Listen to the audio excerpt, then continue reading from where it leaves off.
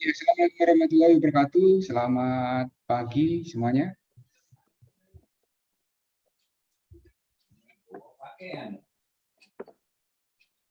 Waalaikumsalam warahmatullahi wabarakatuh.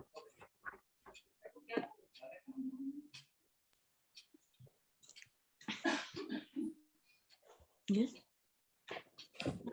Jadi aku pun sekarang kudu deaktif. Kita batu harum tuh. Mungkin bisa di-on kan kameranya biar kita saling kenal. Ribu aing. Kekatana. Saya tempat di sisinya.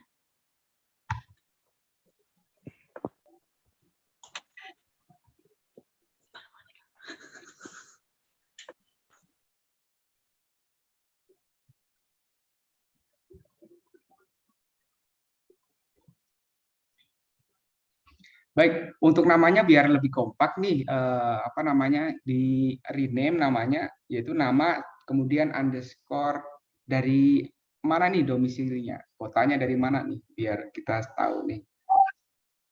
Misal kalau saya Agung dari Bandung underscore Bandung gitu.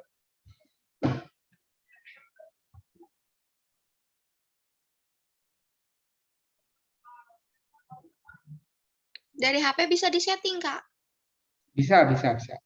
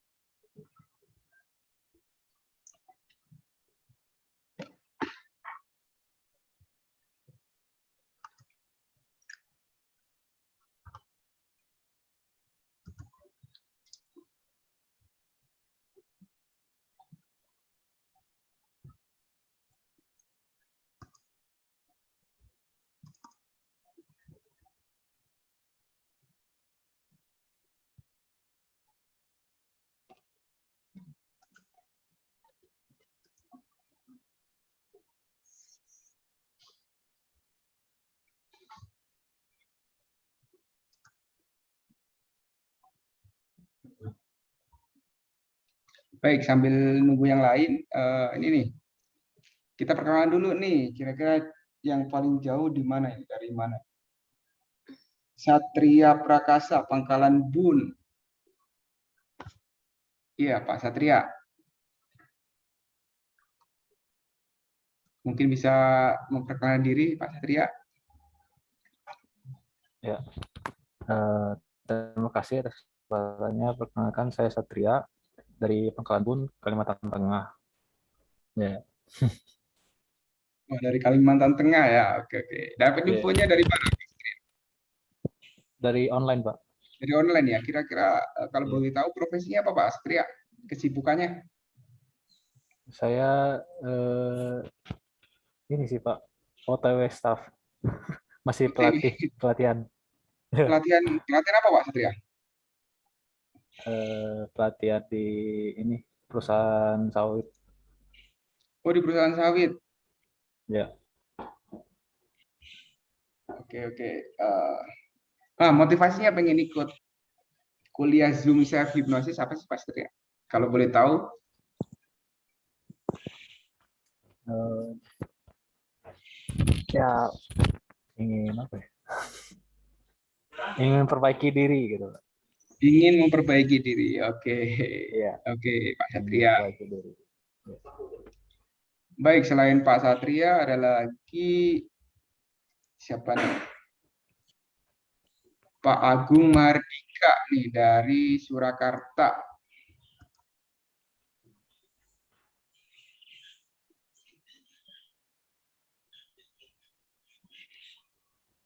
Bisa dengar Pak Agung Mardika?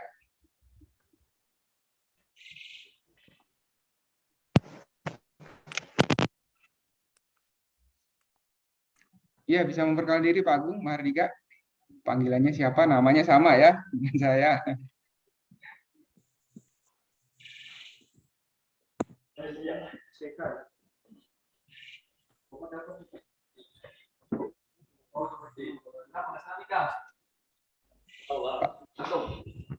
Agung Mardika, bisa dengar suara saya? Masih di mute itu kayaknya. Nah,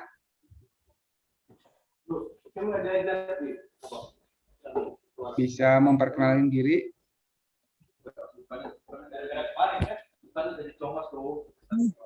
Halo, Ya. ya. Maaf ini di stasiun nih saya. Oh, lagi di Saya stasiun. Agung Mahardika. Heeh. Iya. Dari Surakarta, Mas Agung. Iya, iya, iya. Saya panggil Mas aja ya, Mas Agung. Panggilannya Mas Agung juga nih. Panggilannya Mas Agung apa Mas Mahardika nih? Sama Mas Agung namanya. Oke. Motivasinya apa Mas Agung pengen ikut self hipnosis nih? Jadi kebetulan saya mau ngambil S2 psikologi Mas. Jadi Oh gitu. buat nambah wawasan aja. Betul, betul. S1-nya apa kalau boleh tahu? Psikologi juga? Saya ekonomi Mas. Oh, ekonomi tapi mau ambil S2-nya psikologi gitu ya? Betul. Oke, oke. Itu ada Mas Agung dari Surakarta.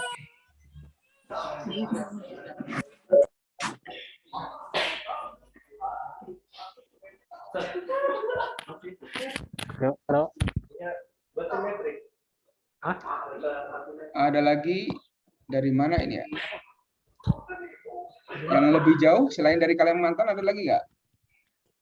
Mungkin bisa di on-kan kameranya.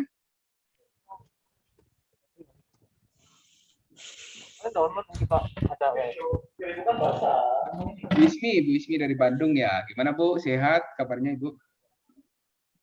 Alhamdulillah. Alhamdulillah. Bu Endah, oh Bu Endah.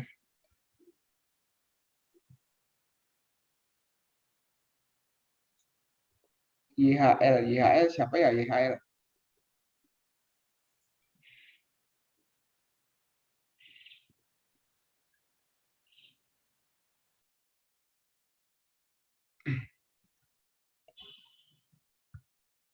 Oke.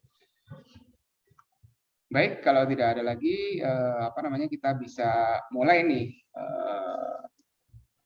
kuliah Zoom kali ini yaitu tentang self hypnosis nih. Tentang self hypnosis. Nah, cuman nggak semuanya on kamera ya ini ya. Oke, tidak masalah. Nah, materinya semalam sudah di-share ya materinya. Kita masuk YHL. Ya, ini. YHL dengan siapa YHL itu? Bisa perkenalan mungkin?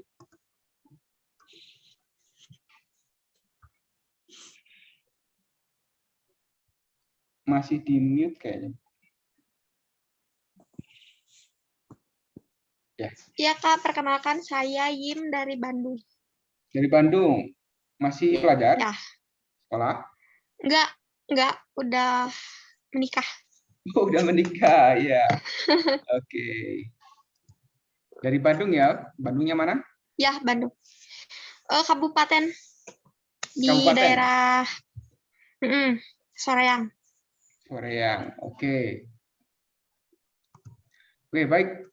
Untuk mempersingkat waktu, kita bisa langsung mulai nih untuk diskusi ataupun kuliah Zoom hari ini, yaitu tentang self hypnosis. Oh iya, ada Mas Adi juga ya, Mas Adi Nugroho dari Surabaya. Oke. Nah, sebelum kita mulai nih, saya pengen lihat konsentrasi Bapak Ibu sekalian nih, agar agar lebih mudah nanti ketika kita diskusi materi, agar lebih mudah memahami, lebih fokus dan lebih konsentrasi. Nah, sebelum kita mulai, saya ada sedikit permainan nih. Permainannya simple.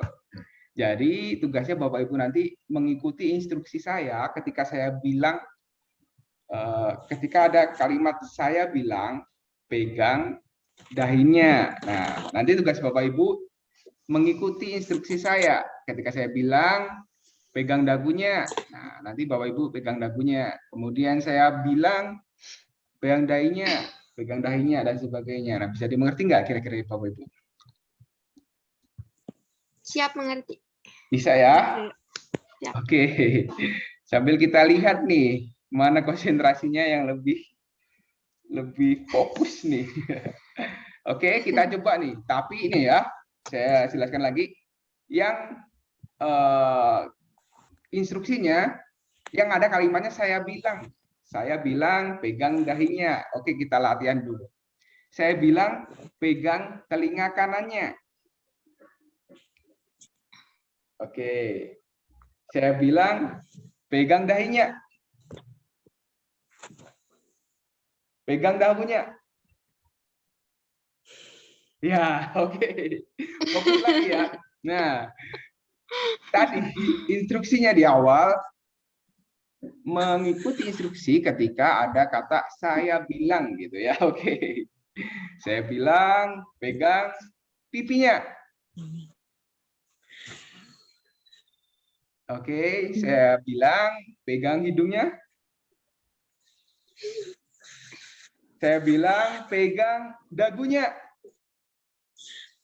Dagunya. Oke, tepuk tangan buat kita semua. Oke, baik, kita bisa mulai ya. Itu tadi salah satu cara bagaimana meningkatkan konsentrasi kita. Baik, kita masuk ke dalam materi nih. Nah, kenapa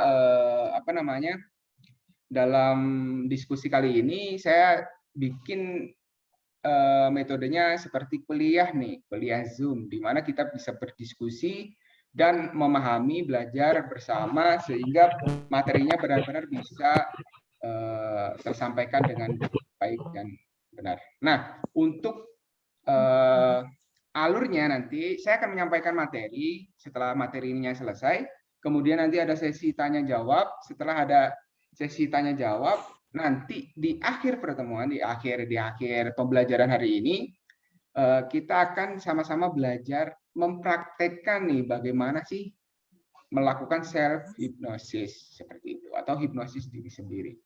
Kira-kira bisa dipahami ya Bapak Ibu sekalian?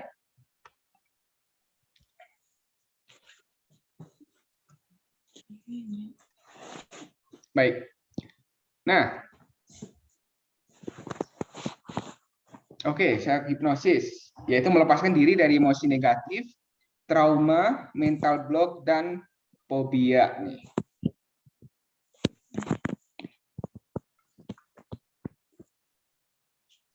Sebelumnya perkenalan dulu, nama saya Agung Dwi Sasongko, SPD, SPSI, MPD, CHC, CPHT, CICTN, NLP. Nah, beberapa certified yang pernah kami ikutin yaitu Certified Hypnotist dari IBH, Profesional Hipnoterapis, kemudian Certified Instructor, Certified Trainer, founder dari Instagramnya Ayara Hipnoterapi. Di situ kita memiliki beberapa kegiatan, yaitu salah satunya hipnoterapi gratis, mungkin Bapak Ibu yang pernah mengikuti. Kemudian saya juga berprofesi sebagai dosen. Nah, kita awali dengan hipnosis nih. Mungkin Bapak Ibu sekalian pernah atau sering mendengar kalimat hipnosis ataupun kata hipnosis. Kalau di TV-TV mungkin lebih familiarnya dengan hipnotis mungkin ya. Nah, sebenarnya apa sih bedanya hipnotis dengan hipnosis? Nah, atau sama sih sebenarnya. Kalau hipnotis itu adalah pelakunya ataupun yang mempraktekkan ilmu hipnosis, sedangkan hipnosis adalah ilmunya. Nah, pengertian dari hipnosis itu sendiri di sini dijelaskan yaitu metode untuk memberdayakan program pikiran di alam atau pikiran bawah sadar manusia. Nah, mungkin Bapak Ibu sekalian sudah pernah sering melihat nih kok bisa sih orang dihipnotis tiba-tiba mendadak lupa dengan namanya, atau misalnya di sinetron di televisi nih, misalnya di acara sebuah pertunjukan di televisi nih, biasanya buat hiburan tuh. Tetapi sebenarnya cabang dari hipnosis itu banyak sekali, tidak hanya untuk hiburan. Nah, salah satunya cabangnya self hypnosis seperti itu. Saya akan menjelaskan singkat terkait tentang hipnosis itu apa sih, biar nanti Bapak Ibu sekalian bisa mempraktekkan hipnosis atau self hypnosis. Jadi harapan saya setelah mengikuti diskusi ataupun kelas Zoom ini, nanti Bapak Ibu sekalian bisa melakukan self hypnosis untuk diri sendiri nih, sehingga tidak tergantungan dengan terapis ataupun tidak perlu membutuhkan orang lain nih untuk menerapi diri sendiri. Kita juga bisa loh kayak gitu menerapi diri sendiri. Nah, sebelum kita jauh ke sana, kita akan belajar teori dasarnya nih. Nah, di sini ada fenomena gunung es nih yang berbentuk segitiga ini, di mana dipisahkan oleh sebuah garis merah. Nah, di atas ini kita kenal sebagai alam sadar manusia atau conscious mind. Kemudian yang di bawah adalah alam bawah sadar manusia. Jadi yang dipakai di dalam kehidupan kita yaitu 12% adalah alam bawah sadar yang berhubungan dengan logika, rasional, di mana di situ kita bisa menyimpan memori jangka pendek, menangkap kurang lebih 5-9 kejadian bersamaan secara bersamaan, kemudian memproses 40 bit info per detik. Sedangkan yang di bawah garis merah ini biasanya dinamakan critical area ya, batas antara alam sadar dan alam bawah sadar, yaitu sebanyak 88%. Nah, ini lebih banyak sekali ini, yaitu alam bawah sadar kita. Berhubungan dengan self image, belief system, memori. Jadi yang berhubungan dengan memori, kemudian kepercayaan, keyakinan, refleks, emosi. Emosi itu baik bahagia, senang, benci, kecewa, trauma, dan sebagainya itu berada di subconscious mind atau di alam bawah sadar manusia. Nah, di sini di alam bawah sadar itu bisa menyimpan memori jangka panjang, kemudian menyimpan emosi dan kebiasaan, refleks, kemudian memproses 100 juta bit info per detik nih. Dia lebih besar nih sebenarnya potensinya alam bawah sadar kita. Oke, kita lanjutkan. Nah, kalau tadi saya jelaskan di awal, sebenarnya hipnosis itu ataupun hipnotis ya, itu tidak hanya semerta-merta kayak di TV itu atau yang dipakai dengan atraksi ataupun pertunjukan semata, tapi banyak sekali penerapannya. Kalau yang dipakai di televisi ataupun dipakai di hiburan, hipnotis panggung, nah itu seperti yang nomor 1 ini, yaitu stage hypnosis yang dipakai untuk kebutuhan hiburan atau entertain seperti itu. Padahal banyak sekali cabangnya. Nah, yang kedua biasanya self hypnosis yang nanti kita akan pelajarin dan praktekkan, sehingga nanti Bapak Ibu sekalian bisa nih melakukan proses self hypnosis secara mandiri di rumah masing-masing. Kemudian yang ketiga itu hipnoterapi, banyak sekali. Jadi dipakai untuk pengobatan untuk pengobatan hipnoterapi. Jadi menggunakan metode hipnosis untuk pengobatan.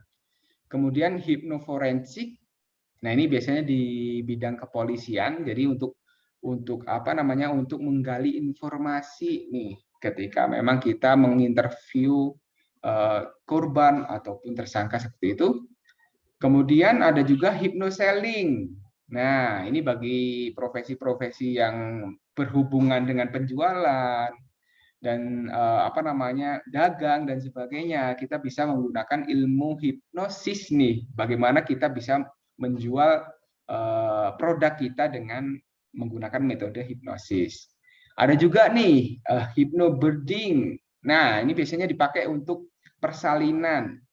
Nah, itu bisa pakai hypnobirthing, kemudian hipnoanestesi, ya itu untuk meredakan rasa nyeri, biasanya dipakai perawat untuk mengganti bius nih. Jadi kadang dengan memberikan sugesti kita tidak perlu nih menggunakan bius seperti itu. Untuk operasi ringan atau apa cukup dengan dihipnosis seperti itu. Nah, kemudian ada hypnoteaching bagi pelajar atau bagi pendidik nih. Ketika kita mengajarkan sesuatu hal, kita bisa menggunakan teori hipnosis untuk memberikan suatu materi ataupun pengajaran ke dalam peserta didik kita. Ada juga yang ke-9 yaitu hypnoparenting.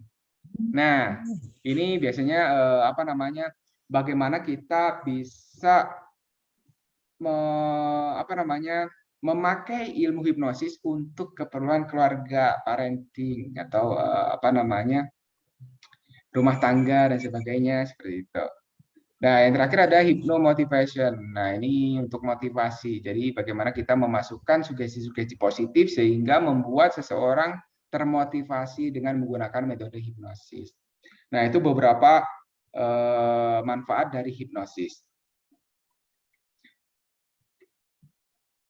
Baik. Nah, selanjutnya kita masuk nih ke self hypnosis, karena pembahasan hari ini kita lebih fokus ke self hypnosis ya, bagaimana kita bisa menerapkan atau mengaplikasikan self hypnosis itu sendiri.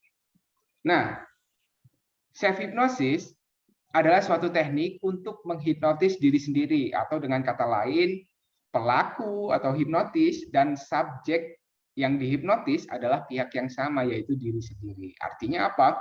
Ketika kita bisa jadi hipnotis itu kita tidak hanya bisa melakukan terhadap orang lain nih, tetapi kita bisa juga mengsugesti ataupun menghipnotis diri sendiri. Ya, dalam bahasa hipnoterapi itu dinamakan self hypnosis. Nah, realitanya setiap individu dapat melakukan proses hipnotis secara mandiri sebanyak minimal 2 kali sehari. Biasanya nih ketika kita bangun tidur ataupun kita beranjak atau menjelang tidur.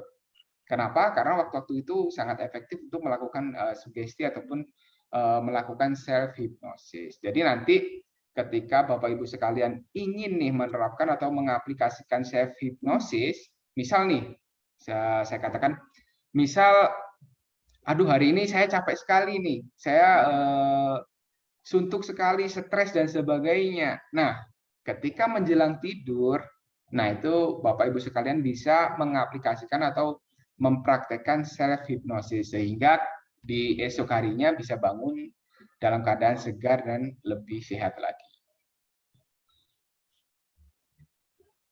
Terus pertanyaannya, kenapa sih kita perlu self hypnosis gitu kan?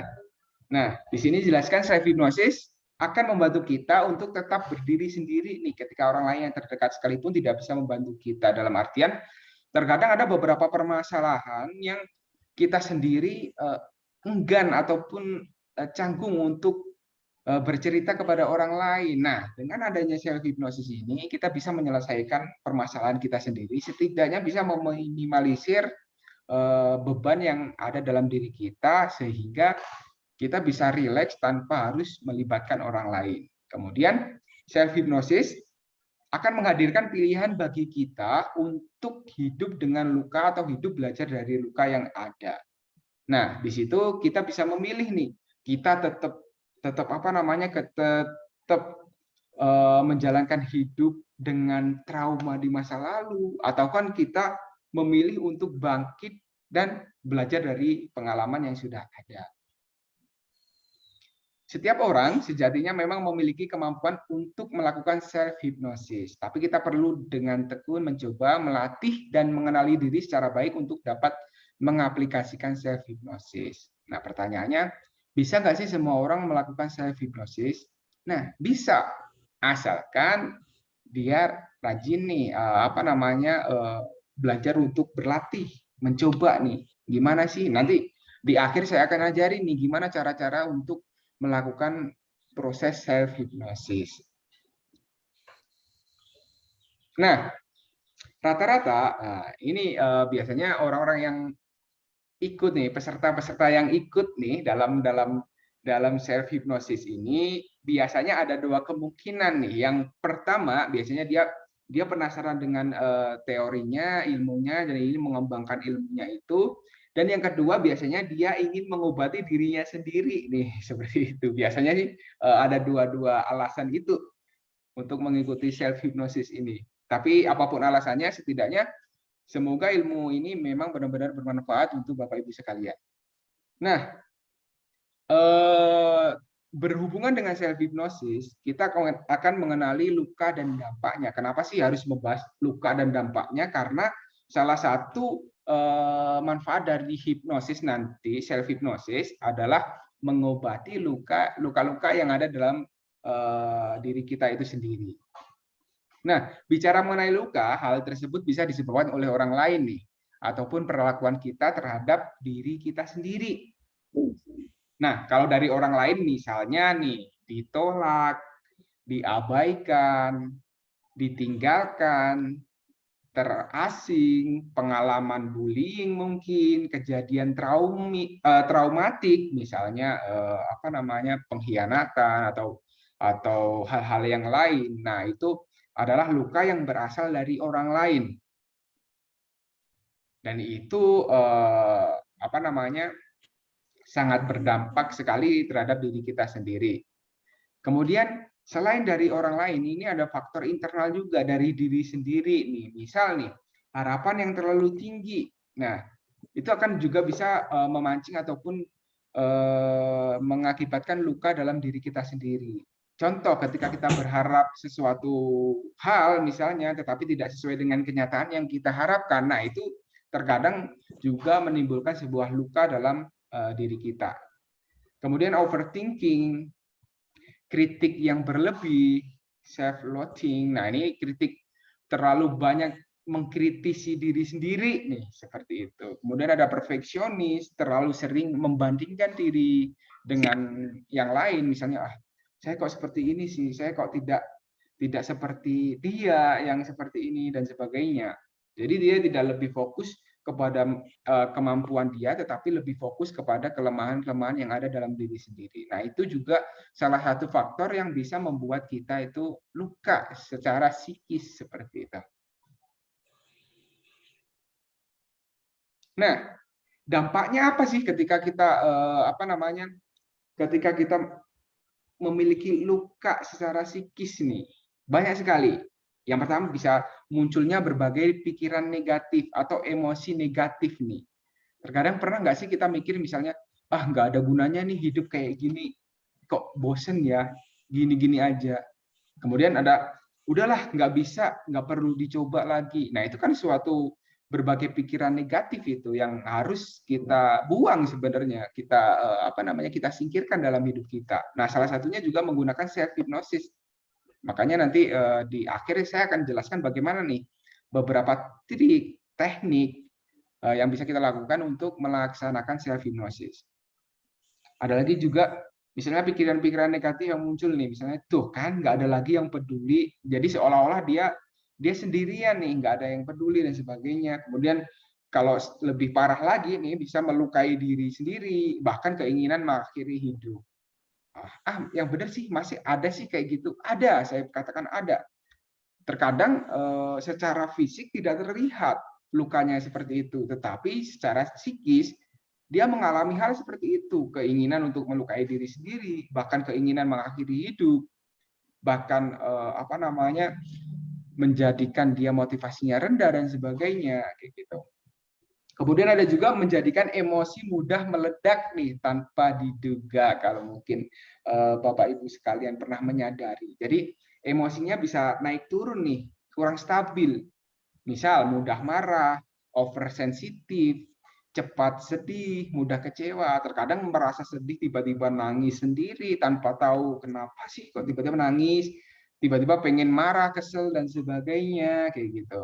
Nah, itu adalah dampak luka emosi. Jadi nanti Bapak Ibu sekalian atau orang-orang di sekitar Bapak Ibu sekalian yang memiliki tanda-tanda seperti itu, nah ini perlu dipertanyakan, dia pasti memiliki luka emosi atau luka psikis. Kemudian berdampak pada sekitar. Nah, artinya apa sih berdampak pada sekitar? Jadi produktivitasnya menurun, jadi bukan malas sih, lebih ke semangat bekerjanya menurun, ataupun menjalani aktivitasnya lebih malas. kemudian memicu konflik dengan orang lain, karena apa yang tadinya jadi lebih sensitif atau cepat marah, akhirnya kan membuat konflik terhadap orang lain juga. Kemudian bisa melukai orang lain tanpa sadar nih. Bisa imbasnya ke anak atau ke orang-orang terdekat seperti itu. Kemudian yang sering nih ya, yang sering sekarang itu adalah psikosomatis, yaitu gejala fisik akibat masalah emosi maupun psikologis, diantaranya sakit kepala, sakit perut, tremor, sakit di bagian tubuh tertentu, diare biasanya kayak gitu. Nah, itu beberapa yang memang luka-luka emosi atau luka psikisnya mungkin terlalu berat ataupun sudah lama, nah itu bisa mempengaruhi fisik yang kita sebut dengan psikosomatis. Nah, itu beberapa luka dan juga dampaknya. Nah, sekarang kita akan membahas tentang sumber luka nih, sumber luka dan permasalahan psikologis. Kira-kira dari mana sih? Oh, dari tadi kok bahas sumber luka ataupun luka emosi dan sebagainya. Iya, karena poin utama dari self hypnosis, rata-rata dia ingin melakukan self hypnosis karena dia merasa bahwa dirinya ini terluka, baik secara psikis maupun fisik ataupun emosi kayak gitu. Nah, di sini ada beberapa sumber luka nih. Yang pertama adalah trauma dan pengalaman di masa lalu, kemudian unfinished business, kemudian self punishment, internal conflict, secondary gain. Nah, kita akan bahas satu persatu nih. Oke, yang pertama adalah trauma. Mungkin Bapak Ibu sekalian pernah nih mendengar atau bahkan mengalami traumatik pengalaman di masa lalu. Nah, kejadian di masa lalu yang membekas, menyakitkan, dan tidak ingin terulang, dia bisa membangun sebuah tembok yang besar bagi mental seseorang. Jadi itu bisa menjadi penghambat kita untuk menuju ke masa depan ataupun ke menyambut hari-hari berikutnya. Gitu. Pada dasarnya, pikiran bawah sadar ingin mengamankan diri agar kondisi tidak nyaman tidak terulang kembali. Namun, seringkali hal ini malah membatasi pertumbuhan dan perubahan diri seseorang. Emosi negatif seperti sakit hati, kecewa, berkepanjangan, marah, terluka secara emosional, rasa malu, dan ketakutan yang belum terselesaikan juga bisa mengakibatkan stres berkepanjangan. Nah, masalah yang umumnya muncul karena hal ini adalah fobia umum, berbincang-bincang di depan umum, ruangan terbuka, dan lain-lain. Artinya ketika dia mengalami traumatik, akhirnya dia menarik diri dari lingkungannya nih. Misalnya jadi malas keluar rumah, ataupun malas untuk ngobrol dengan beberapa orang, ketemu dengan beberapa orang, itu untuk fobia umum. Dan fobia spesifik nih bisa. Misalnya tiba-tiba dia takut dengan balon, tali, meja, kucing, cicak, atau bahkan boneka Barbie misalnya dan sebagainya. Nah, itu beberapa hal yang disebabkan oleh traumatik atau pengalaman di masa lalu. Itu untuk sumber dari luka. Yang pertama yaitu traumatik. Nah, kemudian ada unfinished business, yaitu hal-hal yang belum terselesaikan, baik itu ganjalan emosi maupun hal yang belum tersampaikan bisa jadi salah satu penyebab masalah yang ada saat ini.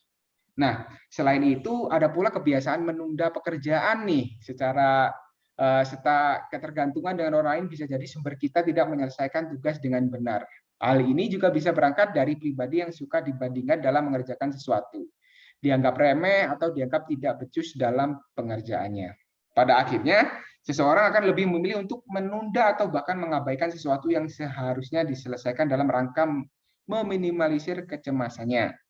Akhirnya, masalah tersebut tidak kunjung selesai dan malah memunculkan masalah baru. Nah, di sini biasanya ketika kita melakukan suatu kegiatan, suatu pekerjaan, ataupun suatu aktivitas, kita sering nih dibanding-bandingkan dengan orang lain, kemudian diremehkan, dianggap tidak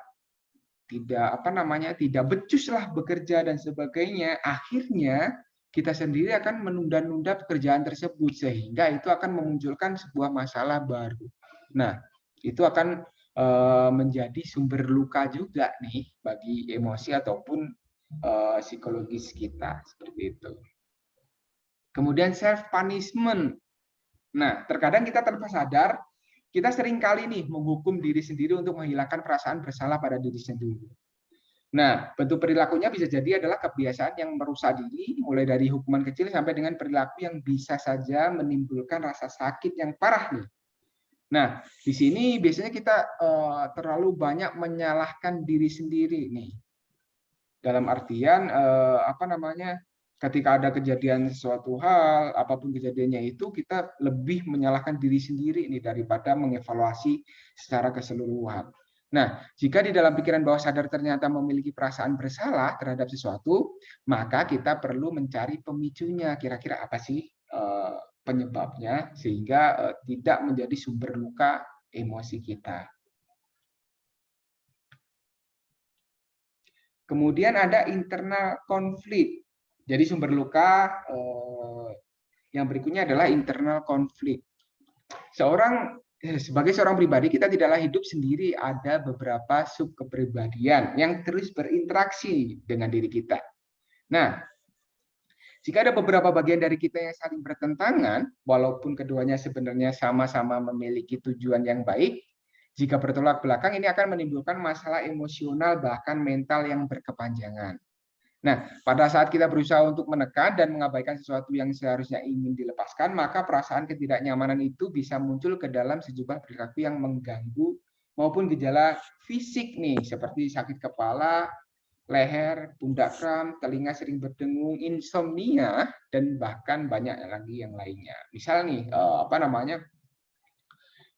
Terkadang dalam diri kita itu ada beberapa kepribadian yang sub kepribadian yang lebih dari satu gitu. Ada beberapa sub kepribadian. Misal nih, ketika kita memiliki sifat, kita kok malas nih.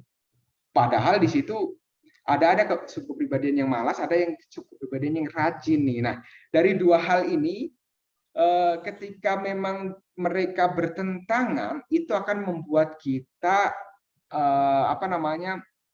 Memicu konflik internal yang ada dalam diri kita sendiri sehingga bisa mempengaruhi fisik kita, yaitu pusing, apa namanya, insomnia dan sebagainya.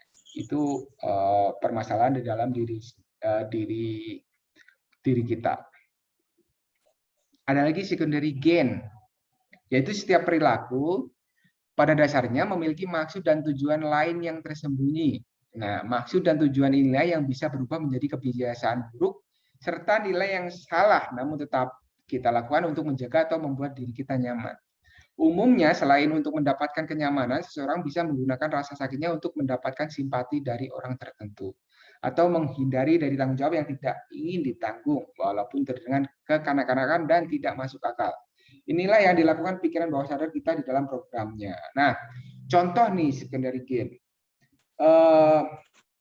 Ketika kita ingin, misalnya gini nih, dalam kehidupan kita sekarang ya, sekarang kita ingin melaksanakan program diet misalnya ya, karena kita udah badannya overweight ya, lebih lah seperti itu. Nah, tetapi kok sulit sekali nih, ternyata ada apa namanya, beberapa kepribadian kita nih atau perilaku kita nih yang bertentangan. Misal di dalam dulu ketika kita masih kecil, ketika kita banyak makan, kemudian banyak makan, senang makan dan gemuk, itu menurut orang-orang atau menurut orang-orang di sekitar kita atau bahkan orang tua kita itu sesuatu hal yang lucu, menyenangkan, membuat mereka bahagia. Nah, itu akan tertanam ketika kita sudah dewasa. Jadi ada dua, yang pertama merasa bahwa ketika makan banyak itu akan membuat orang-orang di sekitar kita itu senang. Kemudian yang kedua, saya harus diet nih. Saya harus diet sehingga apa namanya, saya harus mengurangi makan. Nah, ini ya sesuatu hal yang bertentangan seperti itu. Nah, itu harus diselesaikan. Jadi kalau tidak diselesaikan akan membuat konflik sehingga akan memunculkan sebuah luka dalam emosi kita.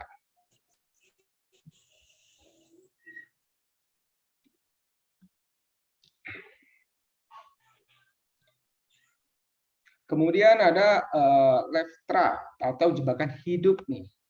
Kita sering kali terjebak dalam beberapa hal yang bahkan tidak kita inginkan.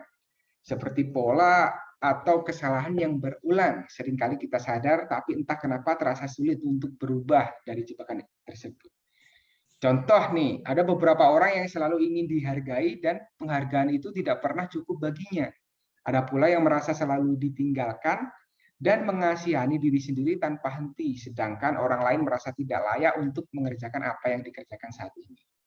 Nah, ada pula kasus di mana di dalam pekerjaan kita tidak berani mengambil keputusan atau keluar dari zona nyaman. Dalam konteks hubungan, ada pula mereka selalu berganti pasangan dan tidak pernah merasa puas serta tidak tahu sebenarnya apa yang mereka inginkan dan cari. Nah, itu beberapa jebakan hidup. Life trap adalah perangkap yang tercipta dari pengalaman buruk di masa lalu atau masa kecil kita, seperti kejadian pernah ditinggalkan, dikritik berlebihan, kemudian terlalu sering dibandingkan, pernah dilecehkan, diambil keuntungan dari orang lain, misalnya dimanfaatkan seperti itu, pernah dibully atau diasingkan oleh lingkungan sosial, kasih sayang dan penerimaan yang kurang atau tidak cukup, sering ditakut-takuti, dibentak berlebihan, terus diperintah. Nah, itu beberapa kejadian yang yang membuat kita terperangkap dalam hidup kita atau membuat jebakan dalam hidup kita. Dalam beberapa cara, akhirnya perangkap ini menetap hingga kita dewasa. Nah, beberapa kejadian yang sudah terjadi itu bisa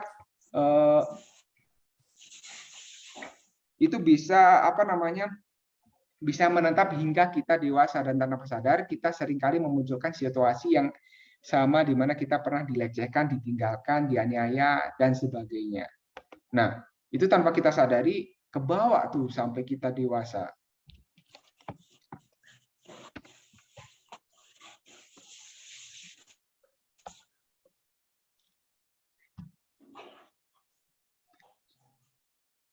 Nah, ini menurut Jeffrey dan Janet, kognitif terapis dari Amerika yang berdasarkan pengalaman praktik terapinya, dia berhasil mengidentifikasi dan mengklasifikasikan beberapa life trap yang paling sering ditemui dan dapat mengganggu kehidupan sehari-hari. Nah, menurut teori mereka, life trap juga sangat terkait dengan kebutuhan yang tidak terpenuhi nih ketika kecil, sehingga membuat kita mencari pemenuhan ketika beranjak dewasa. Jadi beberapa kebutuhan di masa kecilnya yang tidak terpenuhi, sehingga ketika dewasa dia mencari nih kebutuhan-kebutuhan yang tidak terpenuhi di masa kecilnya dulu. Ada kebutuhan akan keamanan dasar yang tidak terpenuhi, yaitu kurang rasa aman, kehilangan orang yang dicintai, merasa terbuang, sering dibohongi dan dilecehkan, membuat seseorang tumbuh dengan rasa curiga, was-was, ketakutan. Kemudian kebutuhan akan hubungan yang tidak terpenuhi, merasa tidak diperdulikan dengan orang lain, tidak mengerti perasaannya, jadi tidak peduli, merasa tidak penting. Kemudian social exclusion, mengasingkan diri dari lingkungan sosial, merasa tidak bisa diterima karena berbeda. Kemudian ada kebutuhan akan kemandirian yang tidak terpenuhi. Jadi ketika misalnya ada putra-putri Bapak Ibu sekalian, kita harus perhatikan nih beberapa kebutuhan dasar mereka nih yang harus terpenuhi. Sehingga ketika dewasa dia tidak mencari lagi beberapa kebutuhan yang tidak terpenuhi di masa kecilnya. Kemudian ada kebutuhan akan harga diri yang tidak terpenuhi nih. Nah, biasanya harga diri rendah disebabkan oleh serangan kritik di masa kecil, kemudian selalu merasa salah dan gagal, rasa percaya diri yang rendah, menganggap hidup adalah sekumpulan kegagalan. Kemudian ada kebutuhan akan ekspresi diri yang tidak terpenuhi, kemudian selalu patuh dan ingin menyenangkan orang lain, selalu tidak puas dengan hasil yang dicapai, overachiever. Kemudian ada kebutuhan akan batasan yang tidak terpenuhi atau terlalu dibebaskan, merasa selalu berhak atas apa yang diinginkan tanpa memperdulikan situasi dan kondisi yang ada. Itu beberapa kebutuhan yang tidak terpenuhi di masa kecil yang bisa membuat ketika dia dewasa dia mencari atau ingin melengkapi kebutuhan yang tidak terpenuhi di masa kecilnya. Nah, gimana sih cara melepaskan diri dari jebakan hidup? Nah, setelah mengetahui beberapa jebakan hidup yang tadi, terkadang gini nih, banyak sekali yang apa namanya yang dirasakan itu dia tidak merasa bahwa dia itu memiliki luka emosi.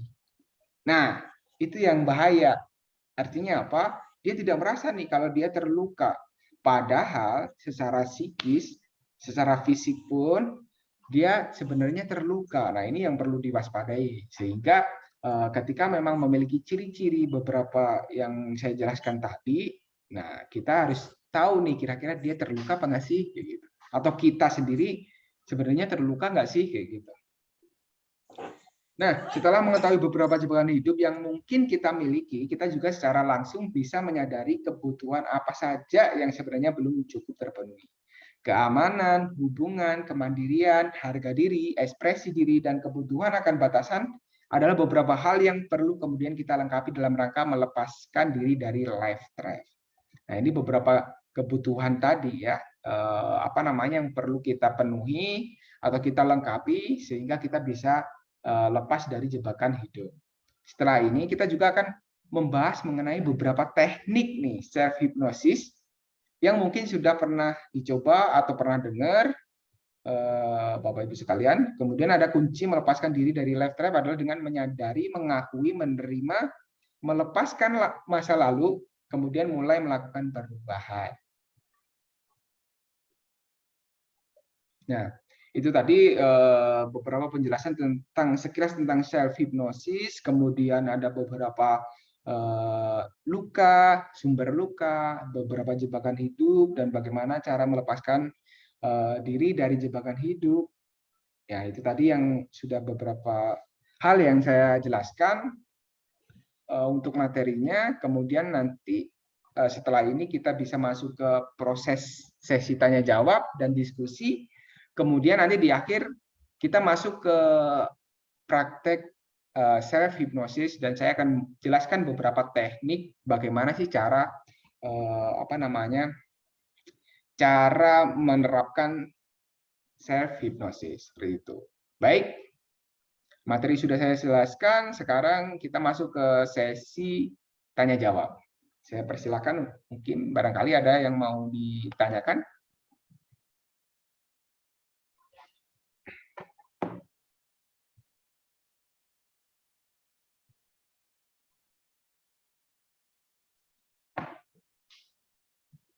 Apakah boleh bertanya via chat? Boleh, silakan.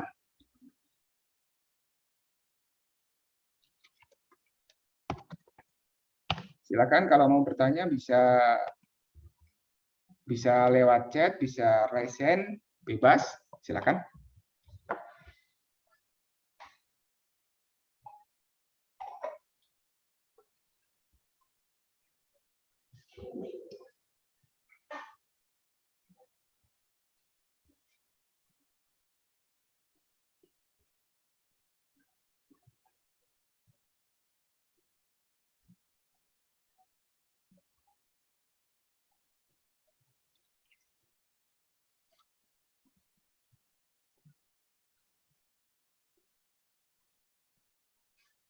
Silakan, barangkali ada yang mau ditanyakan.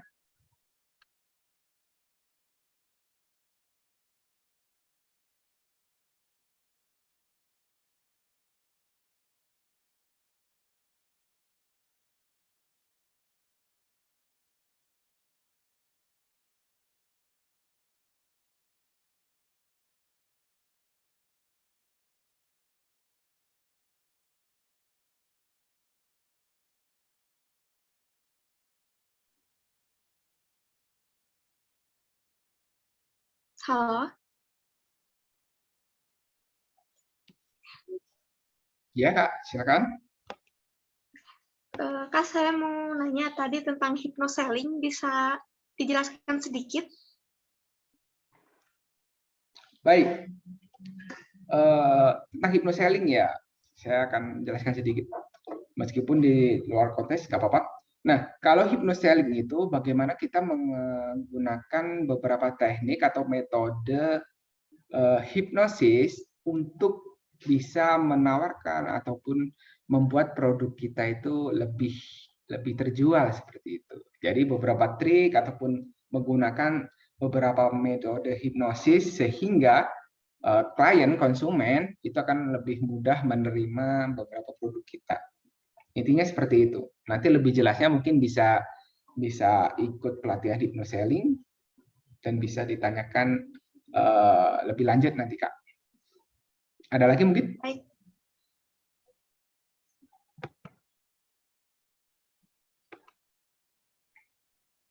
Boleh nanya lagi, Kak? Ya, boleh, silakan, Kak. Jadi gini, saya itu disarankan sama dokter harus ikutan hipnoterapi gitu. Soalnya ada pengalaman gini, setiap periksa ke dokter, saya ada kemarin kebetulan lagi rutin periksa gigi, perawatan gigi. Nah, tapi dokter pun nyerah meriksa saya karena kata dokter gimana ya, ambang sakit saya tuh seperti 10 kali lipat dari orang lain. Jadi misalkan baru tersentuh saya sudah merasa sakit padahal di orang lain enggak. Terus dulu juga saya pernah mengalami operasi sesar. Nah, operasi sesar kan dibius. Rata-rata kan orang bilang nggak ngerasa sakit ya kalau pas operasi sesar. Tapi di saya seperti tidak dibius dan kerasa banget, lagi operasi sesarnya itu kerasa banget. Nah, itu baiknya hipno apa ya, Kak? Metode hipno apa yang cocok buat saya? Ya, jadi permasalahan dari siapa panggilannya kalau boleh tahu? Dewi aja, Kak. Ibu Dewi, ya, oke, Ibu Dewi. Nah, Ya. Ibu Dewi ini sering ke dokter gigi lah ya, dokter gigi, tetapi dirasa dokter ambang sakitnya ini lebih daripada yang lain nih. Misalnya yang lain, disentuh sekali misalnya ya, disentuh sekali biasa aja, tetapi kalau Bu Dewi udah merasa sakit sekali gitu kan. Nah, bahkan dokter menyarankan ke hipnoterapis gitu ya. Ya. Ya, seperti itu. Nah, sebenarnya kalau di berbicara secara medis mungkin fisik seseorang itu berbeda-beda ya, tingkat fisik seseorang ataupun rasa sakit seseorang itu beda-beda secara fisik ya. Ada yang memang dia lebih tahan untuk sakit, tahan banting lah ibaratnya seperti itu. Nah, ada juga yang memang lebih sensitif terhadap rasa sakit secara fisik ya, seperti itu. Nah, cuman ketika kita kita maksimalkan dengan hipnoterapi, nah itu juga bisa membantu untuk meredakan memberikan sugesti-sugesti terhadap kita sehingga rasa sakit itu sedikit berkurang atau meminimalisir rasa sakit itu. Misal kalau secara sadar disuntik itu kan sakit ya, kalau secara sadar. Tetapi ketika kita dalam pengaruh hipnosis, ketika kita dalam pengaruh sugesti, maka ketika disuntik ya tidak akan terasa sakit. Nah, itu juga bisa diterapkan kepada beberapa permasalahan yang ada. Misal nih, ketika kita mau berobat di dokter gigi gitu kan. Ya udah kita lakukan hipnoterapi sehingga biasa aja ketika memang praktek ketika kita periksa di dokter gigi. Nah, itu bisa dibantu dengan hipnoterapi. Lebih tepatnya mungkin hipnoanestesi ya untuk meredakan rasa nyeri mungkin. Seperti itu, Kak. Tapi bisa dilakukan sendiri atau harus dengan ahlinya? Pada dasarnya bisa dilakukan secara sendiri, tapi perlu tadi yang saya katakan, harus dilatih secara rutin nih. Karena terkadang yang lebih berat itu sebenarnya bukan berat sih, yang lebih ekstra itu adalah mensugesti diri sendiri, kayak gitu. Ya. Karena pada dasar saya kita kalau rata-rata normalnya kita ya, masyarakat kita ya, dia lebih suka mendengarkan orang lain nih daripada diri sendiri. Nah, itu permasalahannya. Makanya di sini saya akan jelaskan bagaimana trik ataupun tekniknya untuk mensugesti ataupun percaya terhadap diri sendiri kayak gitu. Gitu. Siap, Kak. Makasih. Kalaupun nanti masih belum yakin dengan sugesti diri sendiri, nanti bisa kami bantu juga nih dengan kami kan juga ada layanan hipnoterapi gratis, jadi nanti bisa kami bantu dan bisa dilatihkan dengan menggunakan self hipnosis untuk diri sendiri gitu.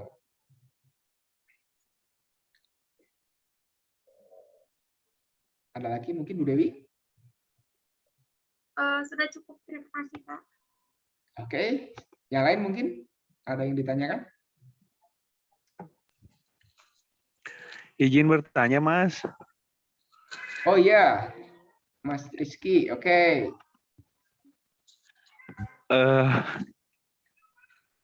Apa ya? Cocoknya saya di hipnoterapi seperti apa, Mas? Yang sesuai kayak kemarin gitu, Mas. Masih ada rasa cemasnya gitu kan? Masih belum hilang. Oke, belum hilang, tapi ada perubahan nggak kemarin? Perlahan-lahan dari mulai Mas kasih tahu itu lumayan, Mas. Lumayan ada perubahan, nggak terlalu banget, tapi kesini yang penting kitanya fokus kepada apa ya, jadi jangan terpaku pada sebutin aja ya Mas, masalah itunya ya Mas ya. Boleh. Kayak semacam hujan gitu kan, hujan angin gitu Mas. Kalau misalnya kita lagi sibuk atau lagi ngerjain sesuatu, nggak ada rasa hilangnya. Rasa cemasnya tuh udah nggak ada, hilang gitu Mas. Ya. Pengen normal lagi Mas. Betul. Nah, makanya bagus sekali. Itu kan kecemasan yang berlebihan, anxiety sebenarnya juga. Nah, kemarin kan hanya sekali itu Mas Vivi.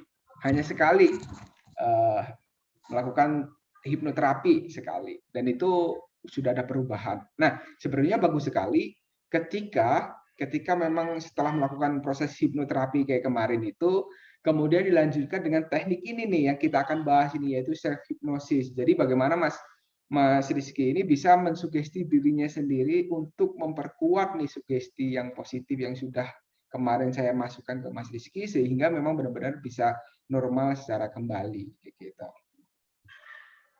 Tinggal nanti kan nanti saya akan menjelaskan beberapa langkah nih ataupun beberapa metodenya. Nanti yang pertama apa, kedua apa, ketiga apa, kemudian baru yang nanti di langkah sugesti ya, pemasukan sugesti positif. Nah, itu disesuaikan dengan keinginan masing-masing, keinginan Mas Rizky khususnya gitu.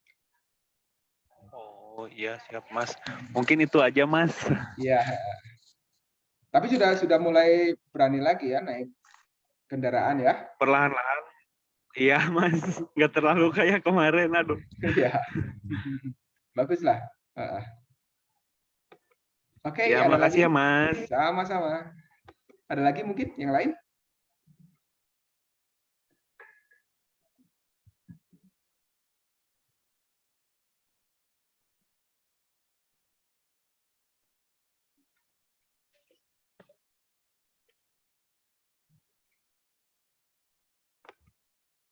Oke, di chat nih ada yang bertanya sebentar. Saya nanya di chat, Pak. Oh iya, sebentar.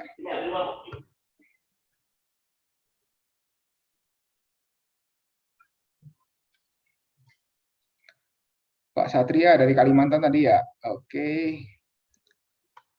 Saya punya masalah trauma masa lalu. Udah lama Pak, yaitu dikecewakan oleh perempuan, yaitu kakak saya sendiri.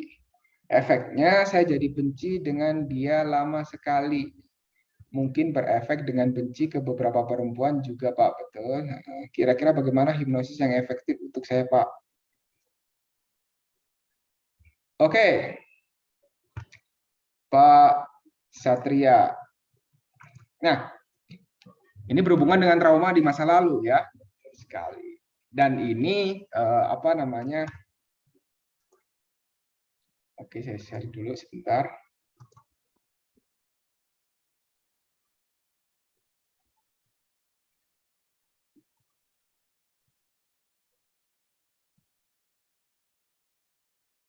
Nah, yang berhubungan dengan orang lain berarti ya, bukan dengan diri sendiri. Artinya apa namanya?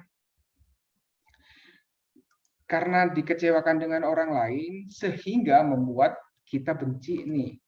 Bahkan kecewa, marah, jengkel terhadap orang tersebut, atau bahkan membuat kita juga benci dengan perempuan dan sebagainya. Seperti itu ya, Pak Satria ya. Ya, Pak. Betul. Ya,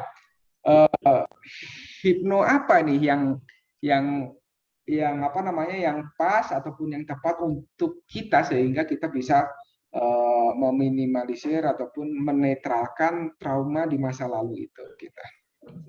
Nah, salah satu teknik hipnosis apa namanya, kalau mungkin Pak Satria pernah dengar, itu ada forgiveness terapi atau terapi untuk memaafkan.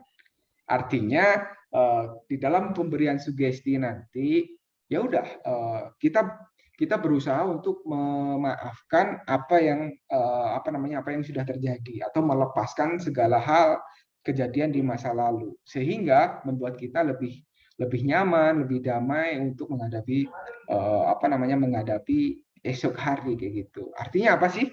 Kok enak sekali kita udah dibikin kecewa, kita dibikin sakit hati. Kalau kan sebenarnya saya juga belum tahu ya, maksudnya kecewa ataupun bencinya itu karena apa ya, tidak masalah. Yang jelas saya akan jelaskan secara general saja.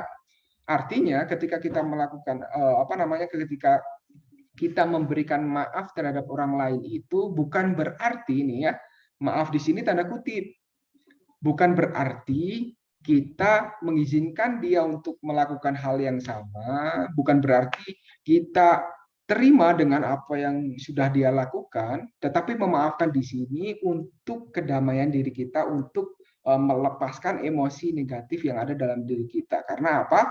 Karena ketika kita belum melepaskan, ketika kita belum memaafkan hal tersebut, maka itu akan menjadi jangkar nih untuk kita, sehingga kita tidak bisa bergerak ke masa depan. Kita tidak bisa menatap masa depan. Yang ada ketika kita tetap membawa emosi negatif tersebut, yaitu berupa traumatik di masa lalu itu, yang terjadi ya udah sepanjang kehidupan Mas Satria akan dipenuhi dengan rasa benci, rasa kecewa, sehingga bahkan akan membuat kita juga ikut benci dengan beberapa perempuan yang lain, padahal dia tidak tahu nih kesalahan dia apa, seperti itu.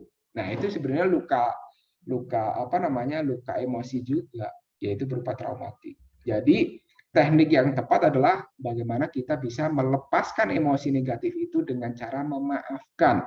Memaafkan di sini tidak berarti kita menyetujui apa yang sudah dia lakukan terhadap kita, bukan berarti kita mau nih dilakukan dengan cara yang sama ataupun disakiti dengan cara yang sama, atau memaafkan di sini kita bukan berarti kita mau nih disakiti yang kedua kali. Tapi maafkan di sini yaitu untuk melepaskan emosi negatif yang ada sehingga membuat diri kita itu lebih nyaman, lebih siap untuk menata kehidupan lagi dan menyambut pribadi yang baru lagi. Seperti itu, Pak Satria. Mungkin ada tanggapan?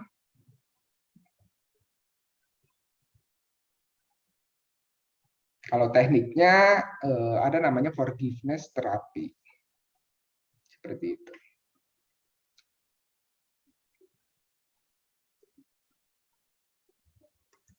Ada lagi Baik, mungkin, Pak. Pak Terima Satria? kasih. Sama-sama. Nanti kalau mau biar saya bantu juga. Selain Pak Satria bisa melakukan self hypnosis, nanti juga kami bantu kalau berkenan. Boleh, Pak.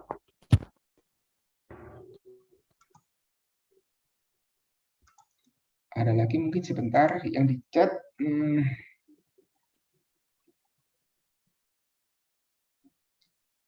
Dari Mas Agung Mahardika. Oke. Bila dalam sebuah traumatik yang terjadi di suatu lingkungan, lalu kita memahami masalah yang terjadi, namun masalah tersebut menjadi problem baru ketika diusahakan untuk dientaskan, malah menjadi masalah baru yang kompleks. Nah, di saat seperti itu, apa yang harus kita lakukan? Apalagi masalah baru tersebut dilakukan oleh orang yang kita cintai. Mohon petunjuk Kak di kolom chat. Oke, Mas Agung, kalau dengar suara saya mungkin bisa dijelaskan secara spesifik nih permasalahannya seperti apa? Karena kalau di chat agak kurang tertangkap nih maksudnya.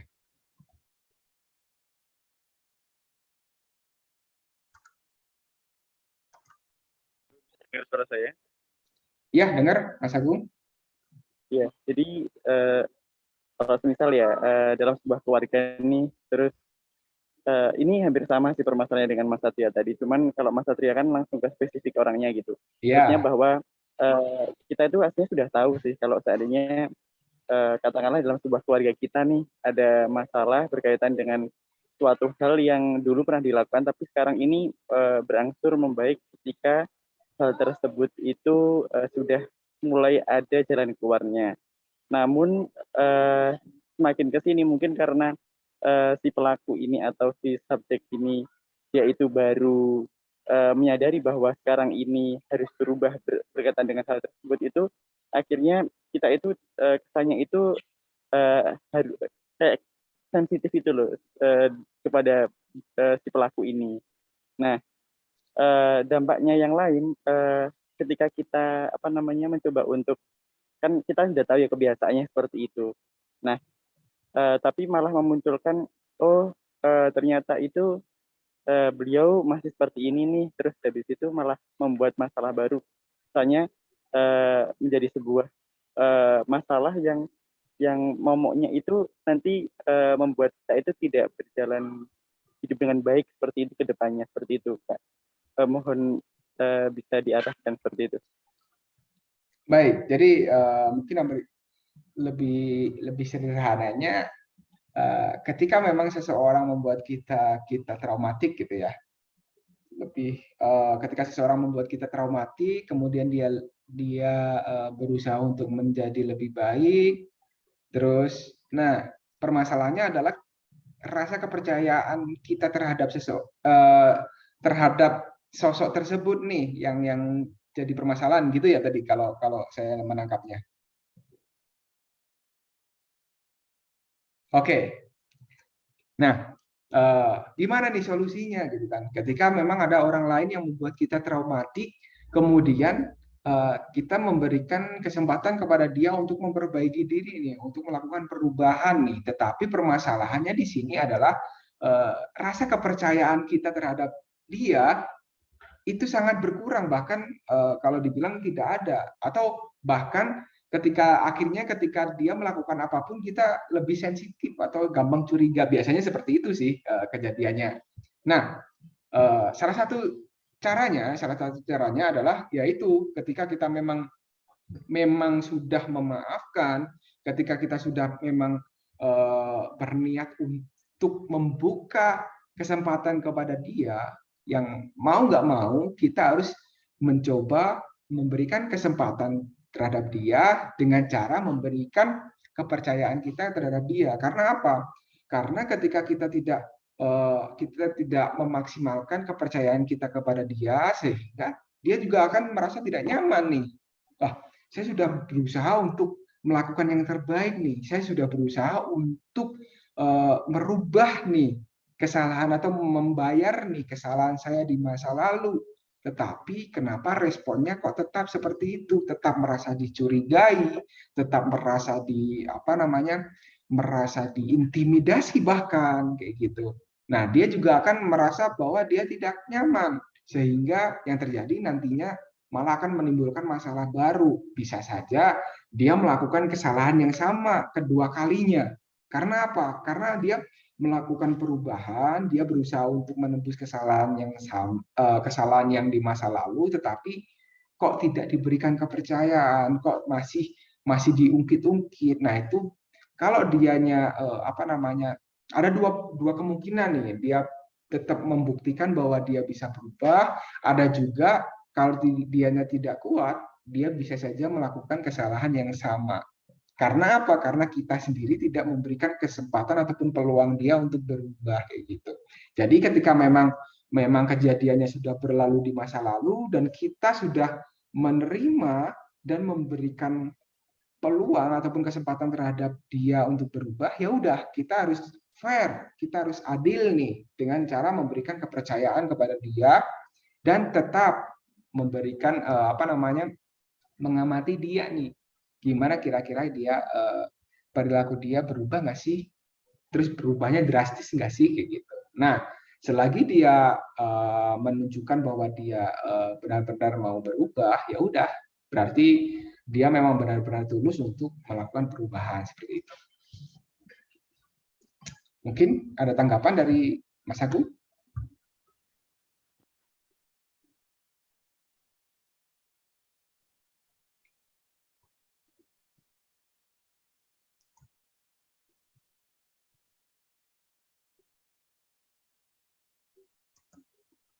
Dari Mas Agung mungkin ada tambahan?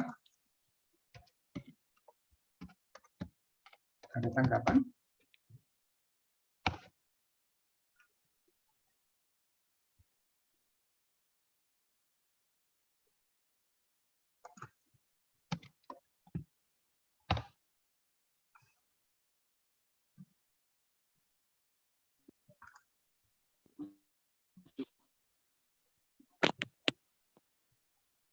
Gimana, Mas Agung? Baik, Mas, cukup. Terima kasih. Cukup ya, oke. Nah, nanti mungkin lebih sharing lebih detailnya, lebih spesifiknya nanti bisa menghubungi saya langsung, biar lebih enak. Karena terkadang beberapa permasalahan tidak ingin diketahui oleh orang umum gitu ya, nggak apa-apa. Baik, selanjutnya masih ada kesempatan lagi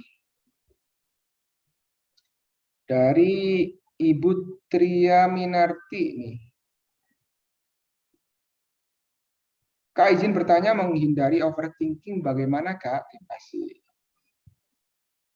Ibu Tria, ada Ibu Tria?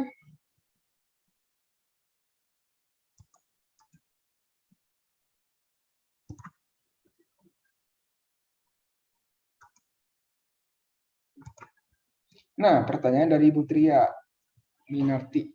Oke, bagaimana sih cara menghadapi apa tadi? Bagaimana cara menghindari overthinking nih?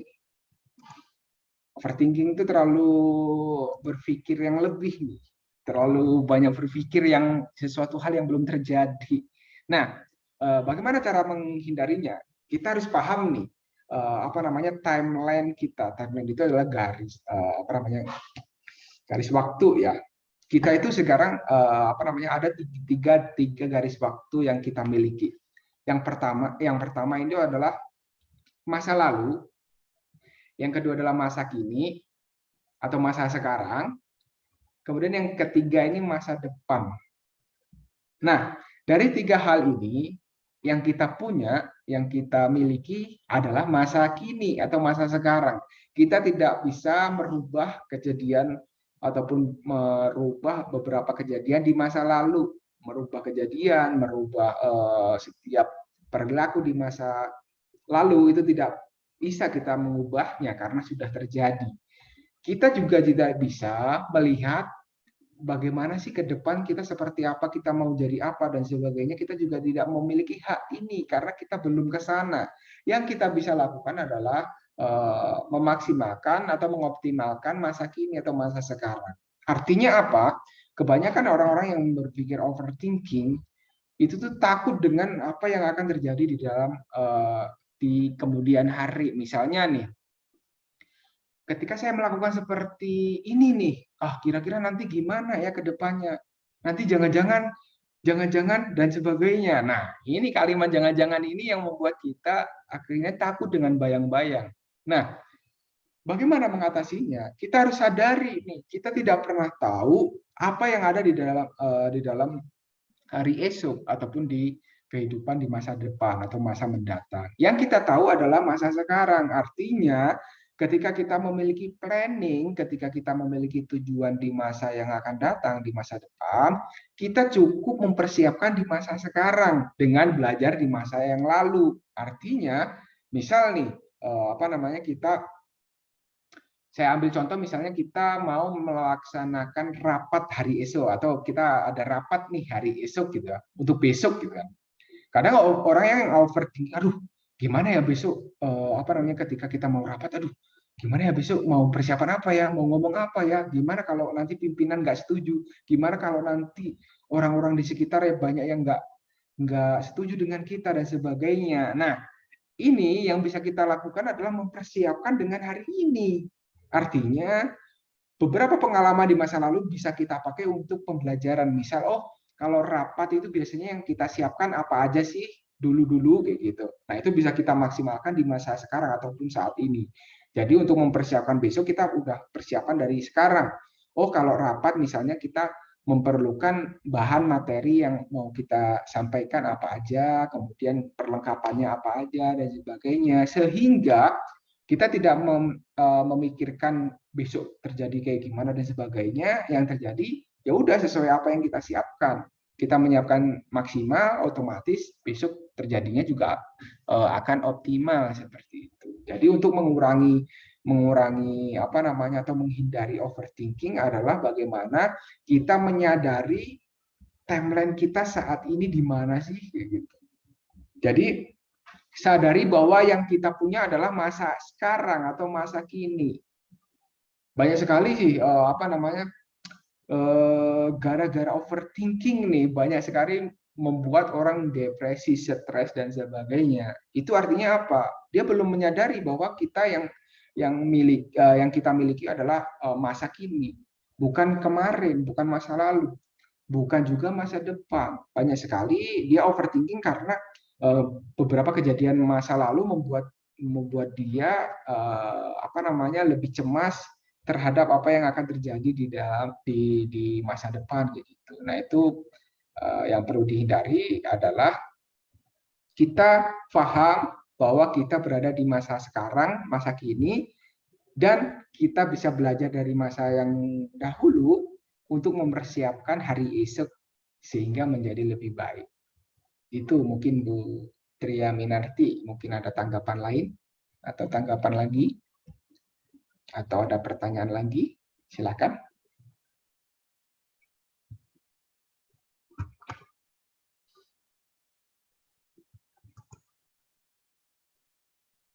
Atau mungkin dari yang lain?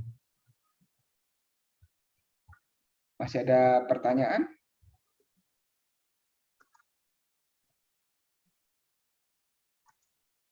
Oke.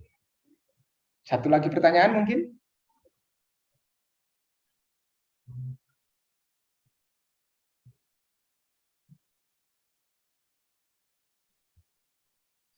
Cukup? Tidak ada lagi pertanyaan?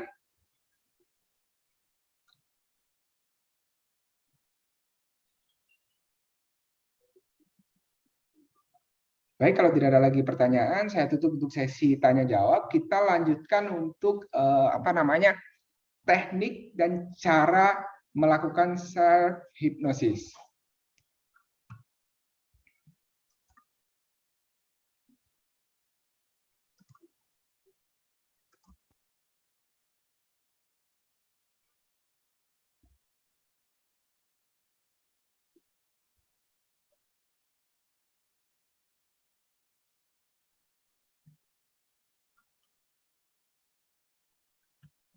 Baik.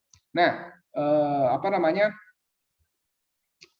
teknik dan juga cara melakukan self hypnosis ini berikut ini beberapa hal yang perlu diperhatikan dalam self hypnosis. Nah, karena saya lihat ada beberapa yang memang lagi di jalan ataupun yang lagi di kantor ataupun di tempat kerja. Nah, mungkin saya akan jelaskan saja sambil sambil contoh kata-katanya seperti apa, nanti saya akan sampaikan ke Bapak Ibu sekalian, nanti bisa dipraktekkan sendiri masing-masing di tempatnya masing-masing seperti itu.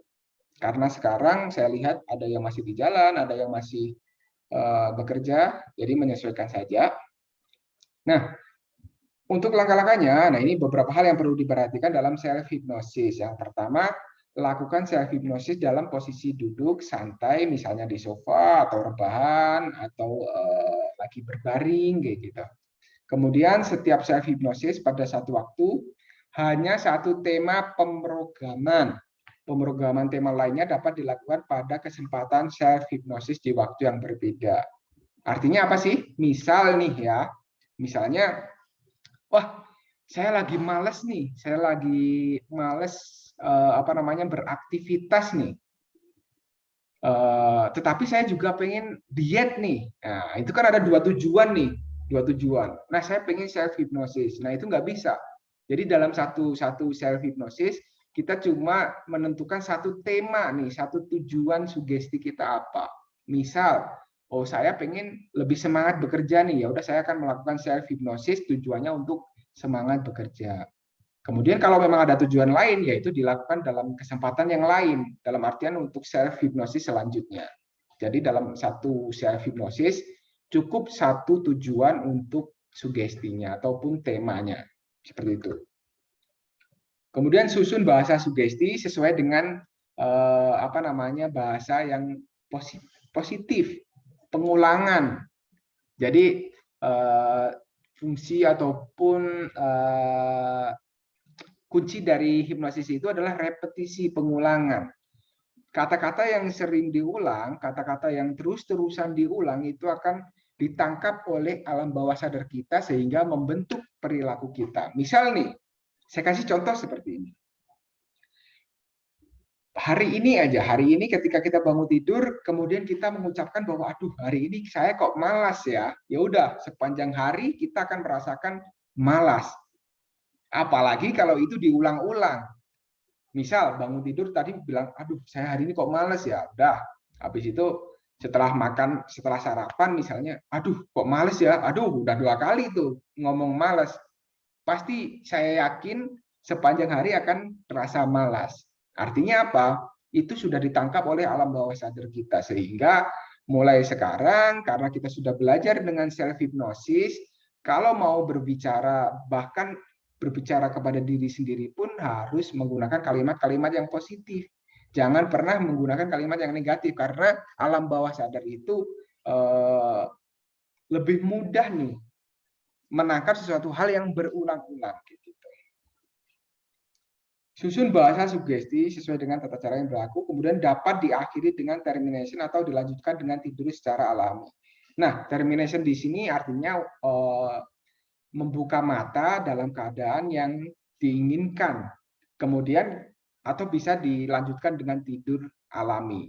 Artinya, kalau misalnya self hypnosis dilakukan menjelang tidur, nah itu ada dua pilihan nih, kita mau bangun lagi atau mau lanjut ke tidur kayak gitu. Kalau saya biasanya menjelang tidur, saya lanjutkan dengan tidur sehingga tahu-tahu besok bangun pagi seger aja kayak gitu. Itu beberapa hal yang perlu diperhatikan dalam self hypnosis.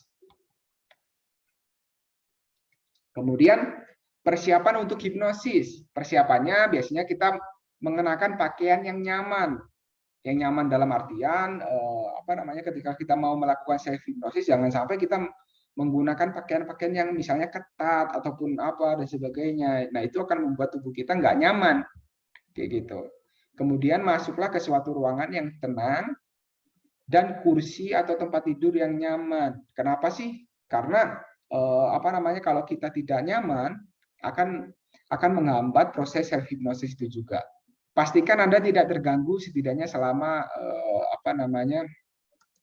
selama setengah jam lah dalam proses hipnosis. Misal nih, ketika kita melakukan self hypnosis tiba-tiba ada yang datang ke tempat kita dan membangunkan kita, hey bro gimana, ayo bangun dan sebagainya. Nah itu akan mengganggu proses self hypnosis kita, padahal kita ingin melakukan proses self hypnosis seperti itu. Kemudian tentukan tujuan hipnosisnya. Nah, tentukan tujuan hipnosisnya. Nah ini selain kita sudah mengenakan pakaian yang nyaman, menentukan sebuah tempat yang nyaman juga. Nah, kita harus menentukan tujuan hipnosis kita apa sih. Misal, kalau apa namanya yang tadi menghilangkan traumatik di masa lalu, ya udah kita tentukan. Di situ kita harus menentukan bahwa kita harus melepaskan emosi negatif yang ada. Ataupun kalau kita memang misalnya pengen lebih semangat bekerja, ya udah tujuannya seperti itu kayak kita. Jadi tujuannya ditentukan dulu sebelum kita melakukan self hypnosis. Nah, untuk caranya seperti ini. Ini untuk caranya. Langkah pertama, ya, langkah pertama, luangkan waktu khusus untuk berlatih. Nah, mungkin bagi beberapa Bapak Ibu sekalian yang pernah melakukan ataupun pernah pernah melakukan proses hipnoterapi, nah mungkin Bapak Ibu sekalian sudah tahu nih gimana caranya kita masuk ke kondisi hipnosis. Kalau hipnoterapi mungkin kita mendengarkan instruksi dari terapisnya, kita mendengarkan kata-kata dari hipnoterapisnya. Sedangkan kalau self hipnosis, ya terapisnya kita sendiri, kita mendengarkan kata-kata kita sendiri. Misalnya nih, langkah pertama kan ini luangkan waktu khusus untuk berlatih. Anda bisa memilih tempat yang tenang, nah itu seperti yang tadi dijelaskan, tempat yang nyaman, kemudian yang tidak banyak orang yang mengganggu gitu. Nah, kemudian yang langkah kedua, duduk dengan nyaman, posisikan tubuh santai dan perbaiki postur tubuh Anda. Nah, itu boleh duduk sebenarnya, boleh duduk, boleh berbaring, senyaman mungkin. Ketika sudah nyaman, kemudian langkah ketiga, tarik nafas, hembuskan, tarik nafas, hembuskan, dan sebagainya. Nah, sehingga membuat kita benar-benar merasa rileks. Kemudian langkah keempat, saat pikiran mulai melayang ataupun sudah rileks itu akan merasa ringan dan sebagainya. Nah, itu mulai mulai masuk tuh sebenarnya di proses hipnosis. Ketika dia mulai rileks, nyaman, nah ini alam bawah sadarnya sudah mulai aktif. Baru kita masukkan sugesti positif kepada diri kita sendiri. Dan itu dilakukan terus-menerus, diulang-ulang nih. Misalnya mulai hari ini dan seterusnya saya lebih semangat bekerja, lebih semangat beraktivitas, dan sebagainya. Kemudian langkah keenam, bersiap untuk keluar dari keadaan hipnosis. Kemudian yang terakhir, ketika Anda sadar, berikan kesempatan sejenak untuk berhenti sebelum membuka mata, kayak gitu. Nah, itu beberapa teknik self hypnosis. Mungkin ada yang ditanyakan lagi?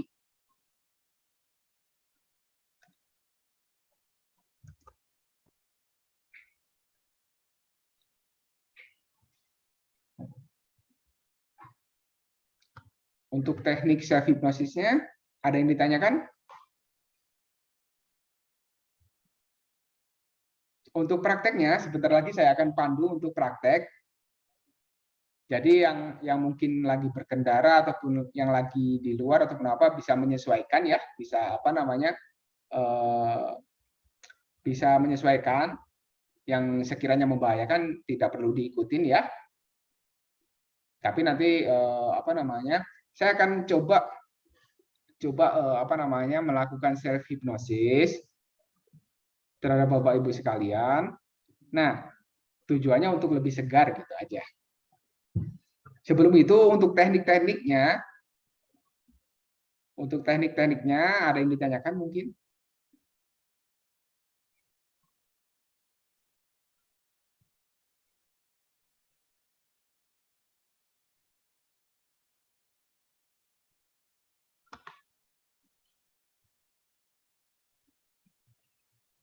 Tidak ada?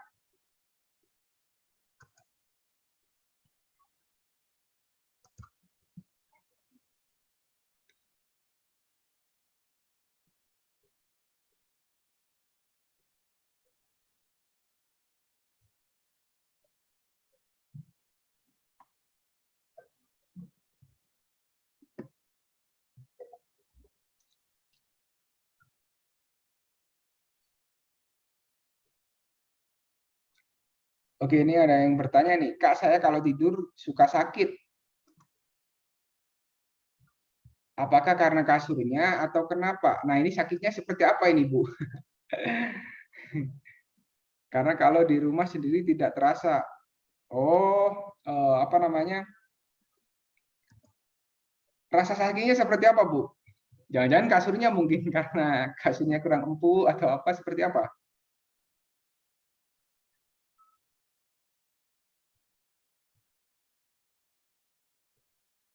Rasa sakitnya mungkin seperti apa, Ibu Tria Minarti ini? Punggung leher terasa pegal. Nah, bisa juga karena mungkin bantalnya kurang empuk, atau bisa juga karena mungkin tidurnya kurang optimal. Nah, itu juga bisa untuk apa namanya? Nah, sebenarnya self hypnosis ini juga apa namanya? Kalau mungkin Bapak Ibu pernah merasakan nih, ada yang apa namanya? Dia itu tidur berjam-jam ya, tidurnya lama, tetapi ketika bangun merasa pegal, merasa capek, lesu dan sebagainya.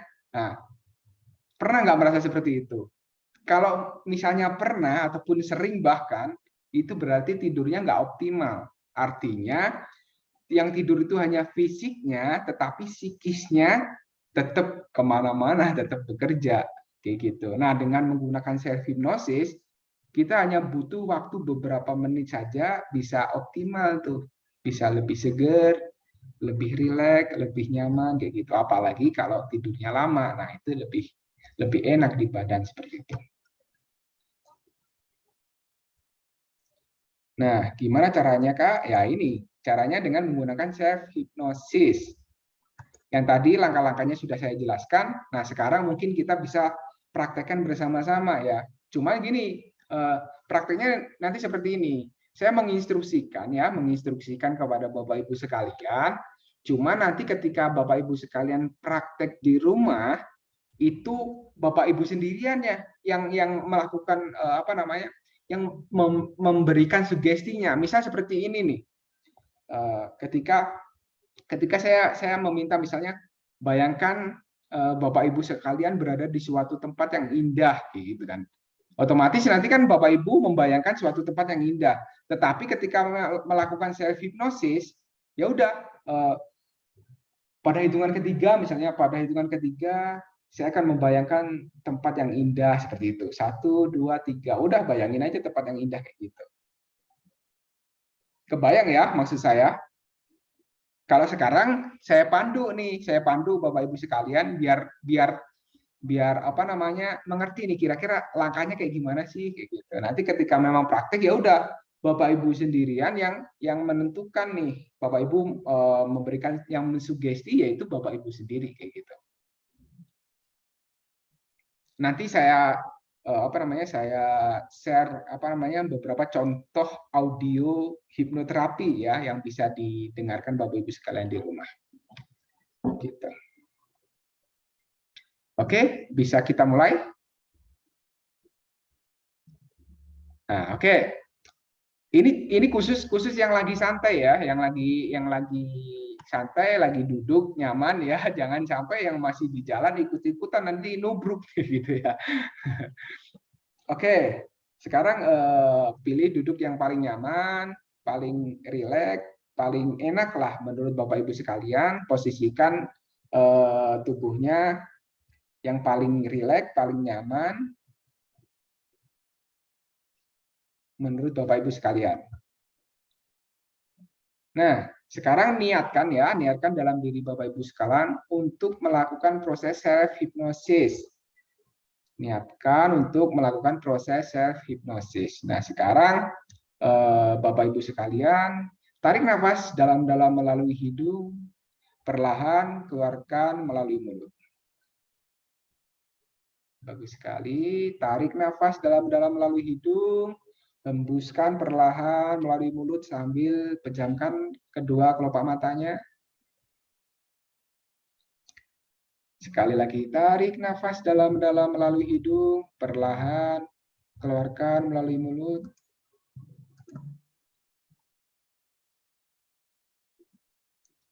Sekali lagi, tarik nafas dalam-dalam melalui hidung, perlahan keluarkan melalui mulut sambil pejamkan kedua kelopak matanya. Dan sekarang niatkan dalam diri Bapak Ibu sekalian untuk melakukan self hypnosis agar lebih segar, lebih semangat, lebih rileks lagi. Niatkan dalam diri Bapak Ibu sekalian untuk melakukan self hypnosis agar lebih segar, lebih sehat, lebih rileks lagi. Dan sekarang fokus kepada kedua kelopak mata Bapak Ibu sekalian, rasakan otot-otot yang tegang di area kedua kelopak mata Bapak Ibu sekalian saat ini kendor, lemas, rileks, dan sangat nyaman sekali. Rasakan otot-otot tegang di sekitar area kedua kelopak mata dan wajah Bapak Ibu sekalian saat ini sangat terasa lemas, rileks, dan nyaman sekali. Sedemikian nyamannya, rasakan kedua kelopak mata Bapak Ibu sekalian benar-benar terasa sangat rileks, sangat nyaman, bahkan benar-benar sangat nyaman sekali. Bagus sekali. Tarik nafas dalam-dalam melalui hidung. Perlahan keluarkan melalui mulut. Bagus sekali. Dan sekarang niatkan kepada leher dan bahu Bapak Ibu sekalian untuk relaksasi dan istirahat sejenak. Niatkan kepada leher dan sekitar bahu Bapak Ibu sekalian untuk relaksasi sejenak, sehingga rasakan leher, bahu, dan otot-otot yang tegang sekitar leher dan bahu Bapak Ibu sekalian benar-benar terasa sangat rileks, sangat nyaman, sangat lemas, sangat malas, dan sangat rileks sekali. Demikian rileksnya, rasakan otot-otot yang tegang di sekitar leher, bahu Bapak Ibu sekalian benar-benar terasa sangat lemas, rileks, dan sangat nyaman sekali. Tarik nafas dalam-dalam melalui hidung. Perlahan keluarkan melalui mulut. Bagus sekali. Dan sekarang niatkan ke dalam tangan Bapak Ibu sekalian, tangan kiri maupun tangan kanan Bapak Ibu sekalian untuk relaksasi sejenak, sehingga rasakan kedua tangan Bapak Ibu sekalian terasa sangat rileks sekali, sangat lemas, sangat malas, dan bahkan benar-benar sangat rileks sekali. Bagus sekali. Dan sekarang niatkan kepada tubuh Bapak Ibu sekalian untuk relaksasi sejenak, sehingga rasakan tubuh Bapak Ibu sekalian saat ini sangat nyaman, sangat tenang, dan sangat rileks sekali. Dan sekarang niatkan kepada punggung, pinggul, dan paha Bapak Ibu sekalian untuk relaksasi sejenak, sehingga rasakan punggung, pinggul, paha Bapak Ibu sekalian terasa sangat lemas sekali, sangat rileks sekali, dan sangat nyaman sekali. Sedemikian rileksnya, sedemikian nyamannya, rasakan punggung, pinggul, dan juga paha Bapak Ibu sekalian benar-benar terasa sangat malas dan sangat lemas sekali. Tarik nafas dalam-dalam melalui hidung, perlahan keluarkan melalui mulut. Bagus sekali. Dan sekarang niatkan kepada kedua kaki Bapak Ibu sekalian untuk relaksasi sejenak, sehingga rasakan kedua kaki Bapak Ibu sekalian benar-benar terasa sangat rileks sekali, terasa sangat lemas, sangat malas, dan bahkan benar-benar sangat rileks sekali. Sedemikian rileksnya, rasakan kedua kaki Bapak Ibu sekalian benar-benar sangat lemas, sangat malas, luar biasa, nyaman sekali. Dan sekarang, tarik nafas dalam-dalam melalui hidung, perlahan keluarkan melalui mulut.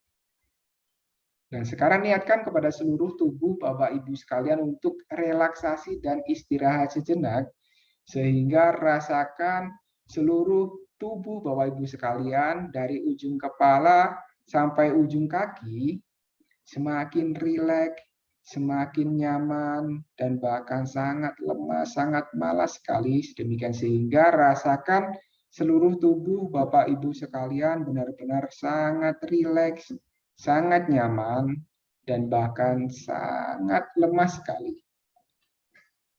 Dan saya akan berhitung mundur dari 10 sampai dengan 1. Di tiap-tiap hitungannya akan mengantarkan Bapak Ibu sekalian ke alam tidur yang jauh lebih rileks, jauh lebih nyaman, dan bahkan sangat nyaman sekali. 10, rasakan seluruh tubuh Bapak Ibu sekalian dari ujung kepala sampai ujung kaki semakin rileks, semakin nyaman. 9, rasakan rasa ngantuk tiba-tiba menyerang Bapak Ibu sekalian. 8, rasa ngantuk dalam 2 kelopak mata Bapak Ibu sekalian semakin membesar. 7, masuki alam tidur yang jauh lebih lelap, jauh lebih nyaman, sangat rileks sekali. 6, masuki alam tidur yang jauh lebih damai lagi, lebih nyaman, dan rasakan seluruh tubuh Bapak Ibu sekalian dari ujung kepala sampai ujung kaki semakin rileks, semakin segar dan bugar, dan sangat nyaman sekali. 7, semakin dalam lagi.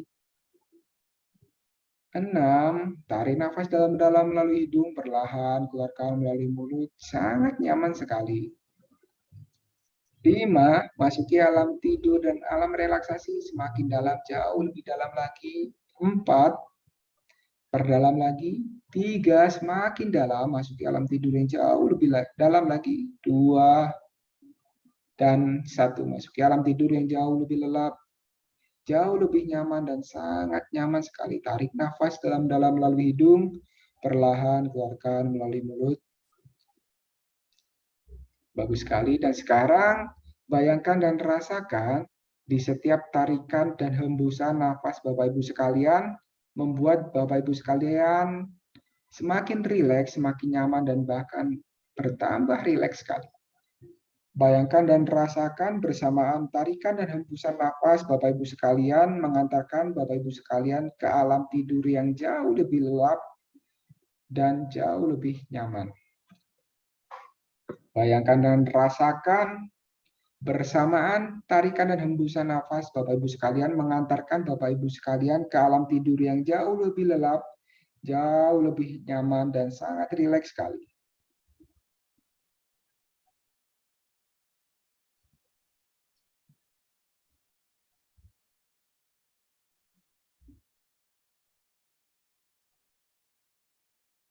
Fokus kepada tarikan dan hembusan nafas Bapak Ibu sekalian. Bayangkan dan rasakan di setiap tarikan dan hembusan nafas Bapak Ibu sekalian membuat Bapak Ibu sekalian merasa lebih ringan dan lebih nyaman sekali.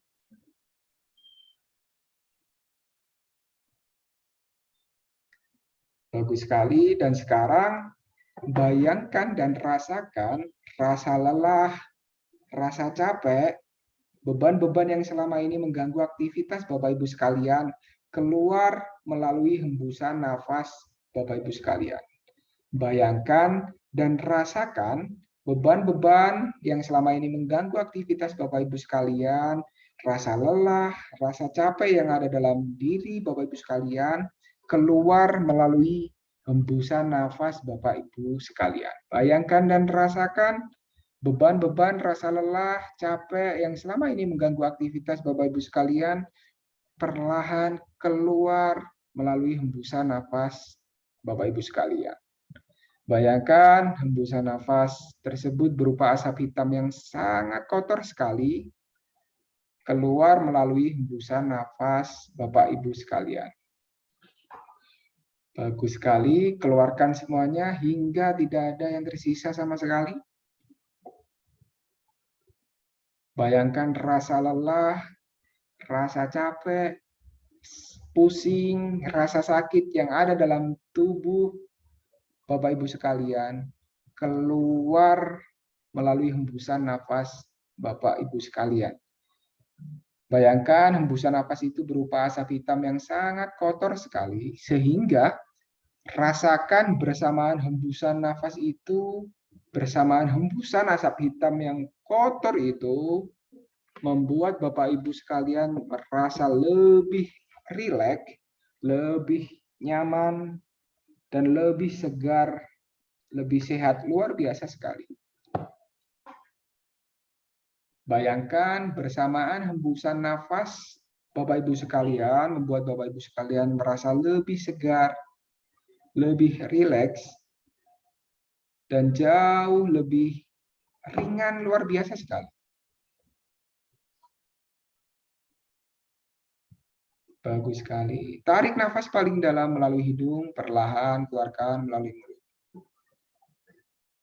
Bagus sekali. Rasakan di setiap hembusan nafas Bapak Ibu sekalian membuat Bapak Ibu sekalian merasa lebih ringan, lebih damai,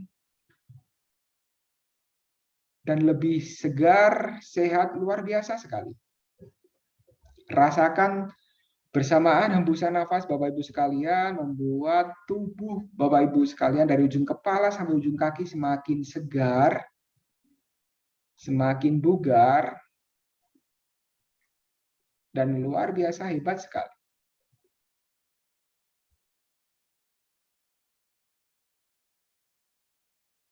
Bagus sekali.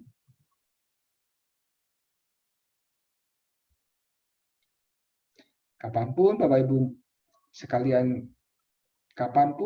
sekalian merasakan lebih segar, badannya lebih nyaman, lebih ringan, anggukan kepalanya sekali. Bagus sekali. Tarik nafas dalam-dalam melalui hidung, perlahan keluarkan melalui mulut. Bagus sekali. Dan sebentar lagi saya akan mengakhiri self hipnosis ini. Saya akan berhitung dari 1 sampai dengan 10. Di tiap-tiap hitungannya akan membuat Bapak Ibu sekalian lebih sehat lagi, lebih segar, lebih bugar. Dan nanti pada hitungan ke-10, Bapak Ibu sekalian bisa membuka mata dalam keadaan segar, bugar, ringan, dan fresh, luar biasa sekali. 1, rasakan seluruh tubuh Bapak Ibu sekalian dari ujung kepala sampai ujung kaki semakin segar dan bugar. 2, rasakan seluruh tubuh Bapak Ibu sekalian semakin sehat, luar biasa sekali. 3, rasakan kepercayaan diri dalam Bapak Ibu sekalian benar-benar meningkat, luar biasa hebat sekali. 4, rasakan tubuh Bapak Ibu sekalian dari ujung kepala sampai ujung kaki terasa sangat ringan sekali, terasa sangat nyaman sekali, dan bahkan damai luar biasa sekali. 5, rasakan tubuh Bapak Ibu sekalian semakin segar, semakin sehat, luar biasa sekali. 6, semakin bugar. 7, semakin ringan, luar biasa sekali.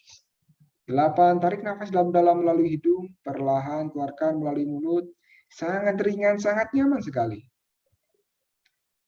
9, persiapan untuk membuka mata, tarik nafas dalam-dalam melalui hidung, perlahan keluarkan melalui mulut. 10, buka matanya dalam keadaan segar, bugar, sehat, luar biasa sekali.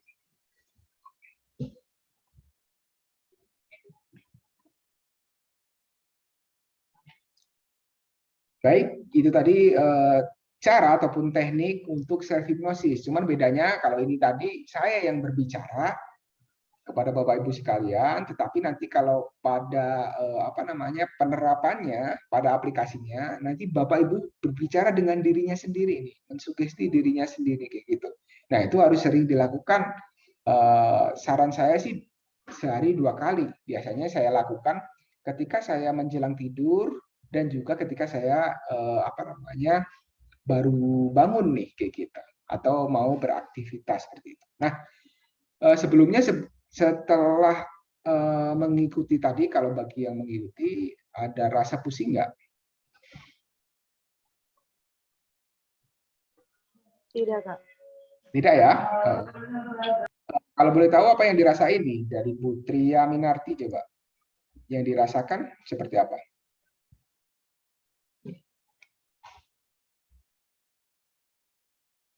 Lebih rileks sedikit. Oke, lebih rileks ya. Ada lagi mungkin dari Bu Dewi mungkin yang saya bisa amati tadi.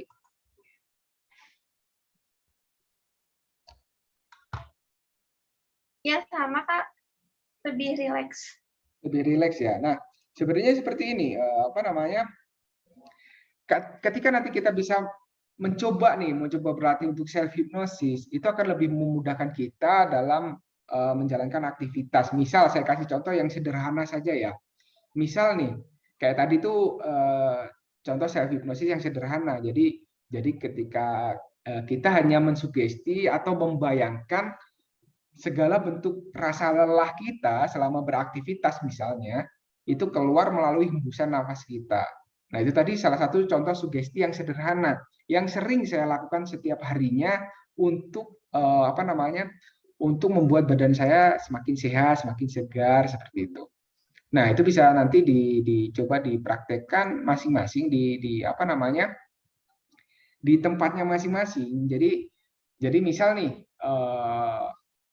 kalau tekniknya udah saya jelaskan tadi yang di materi ya, secara penerapannya nanti sama seperti yang saya sampaikan tadi, cuman bedanya Bapak Ibu sekalian yang ngomong terhadap diri sendiri, yang memberikan sugesti terhadap diri sendiri.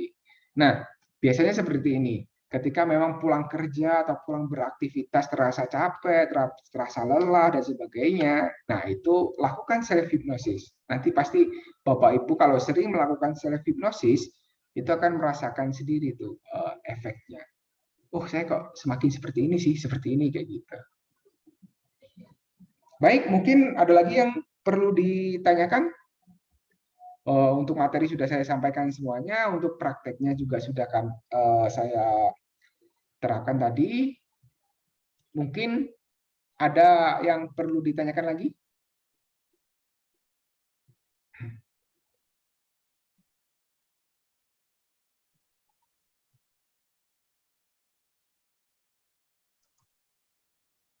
Kalau untuk saya cukup, Kak. Terima kasih buat bimbingannya. Oke. Cukup, ada lagi mungkin? Cukup Mas, maaf untuk hipnoterapinya belum konsen tadi, cuman Ya. mau dilakuin. Izin Mas. Oke, karena lagi di kantor ya kalau nggak salah. Iya Mas. Ya, oke. Mungkin kuliah Zoom hari ini seperti itu. Jadi nanti ketika praktek di rumah ya, praktek di rumah ada terkendala ataupun kok ada hal yang perlu ditanyakan, nanti di-sharingkan aja, ditanyakan saja. Misalnya, Pak saya kok udah praktek nih di rumah tapi kok nggak berhasil ya? Atau Pak saya mengalami permasalahan seperti ini, kira-kira self hipnosisnya seperti apa ya sugestinya? Nah, nanti bisa ditanyakan saja secara langsung ya bisa ke kontak person yang ada ataupun bisa di Instagram Ayara Hipnoterapi. Mungkin baik kalau tidak ada yang ditanyakan lagi, semoga bermanfaat ya perkuliahan self hipnosis pada hari ini. Semoga dapat membantu Bapak Ibu sekalian dalam mengatasi segala problema yang dihadapi dalam kehidupan sehari-hari. Itu saja mungkin dari kami. Terima kasih. Mungkin kalau ada beberapa layanan yang kurang berkenan di hati Bapak Ibu sekalian, kami mohon maaf dan semoga bermanfaat buat Bapak Ibu sekalian. Billahi taufiq wal hidayah. Wassalamualaikum warahmatullahi wabarakatuh. Selamat siang Bapak Ibu sekalian, sehat selalu. Waalaikumsalam. Waalaikumsalam warahmatullahi wabarakatuh.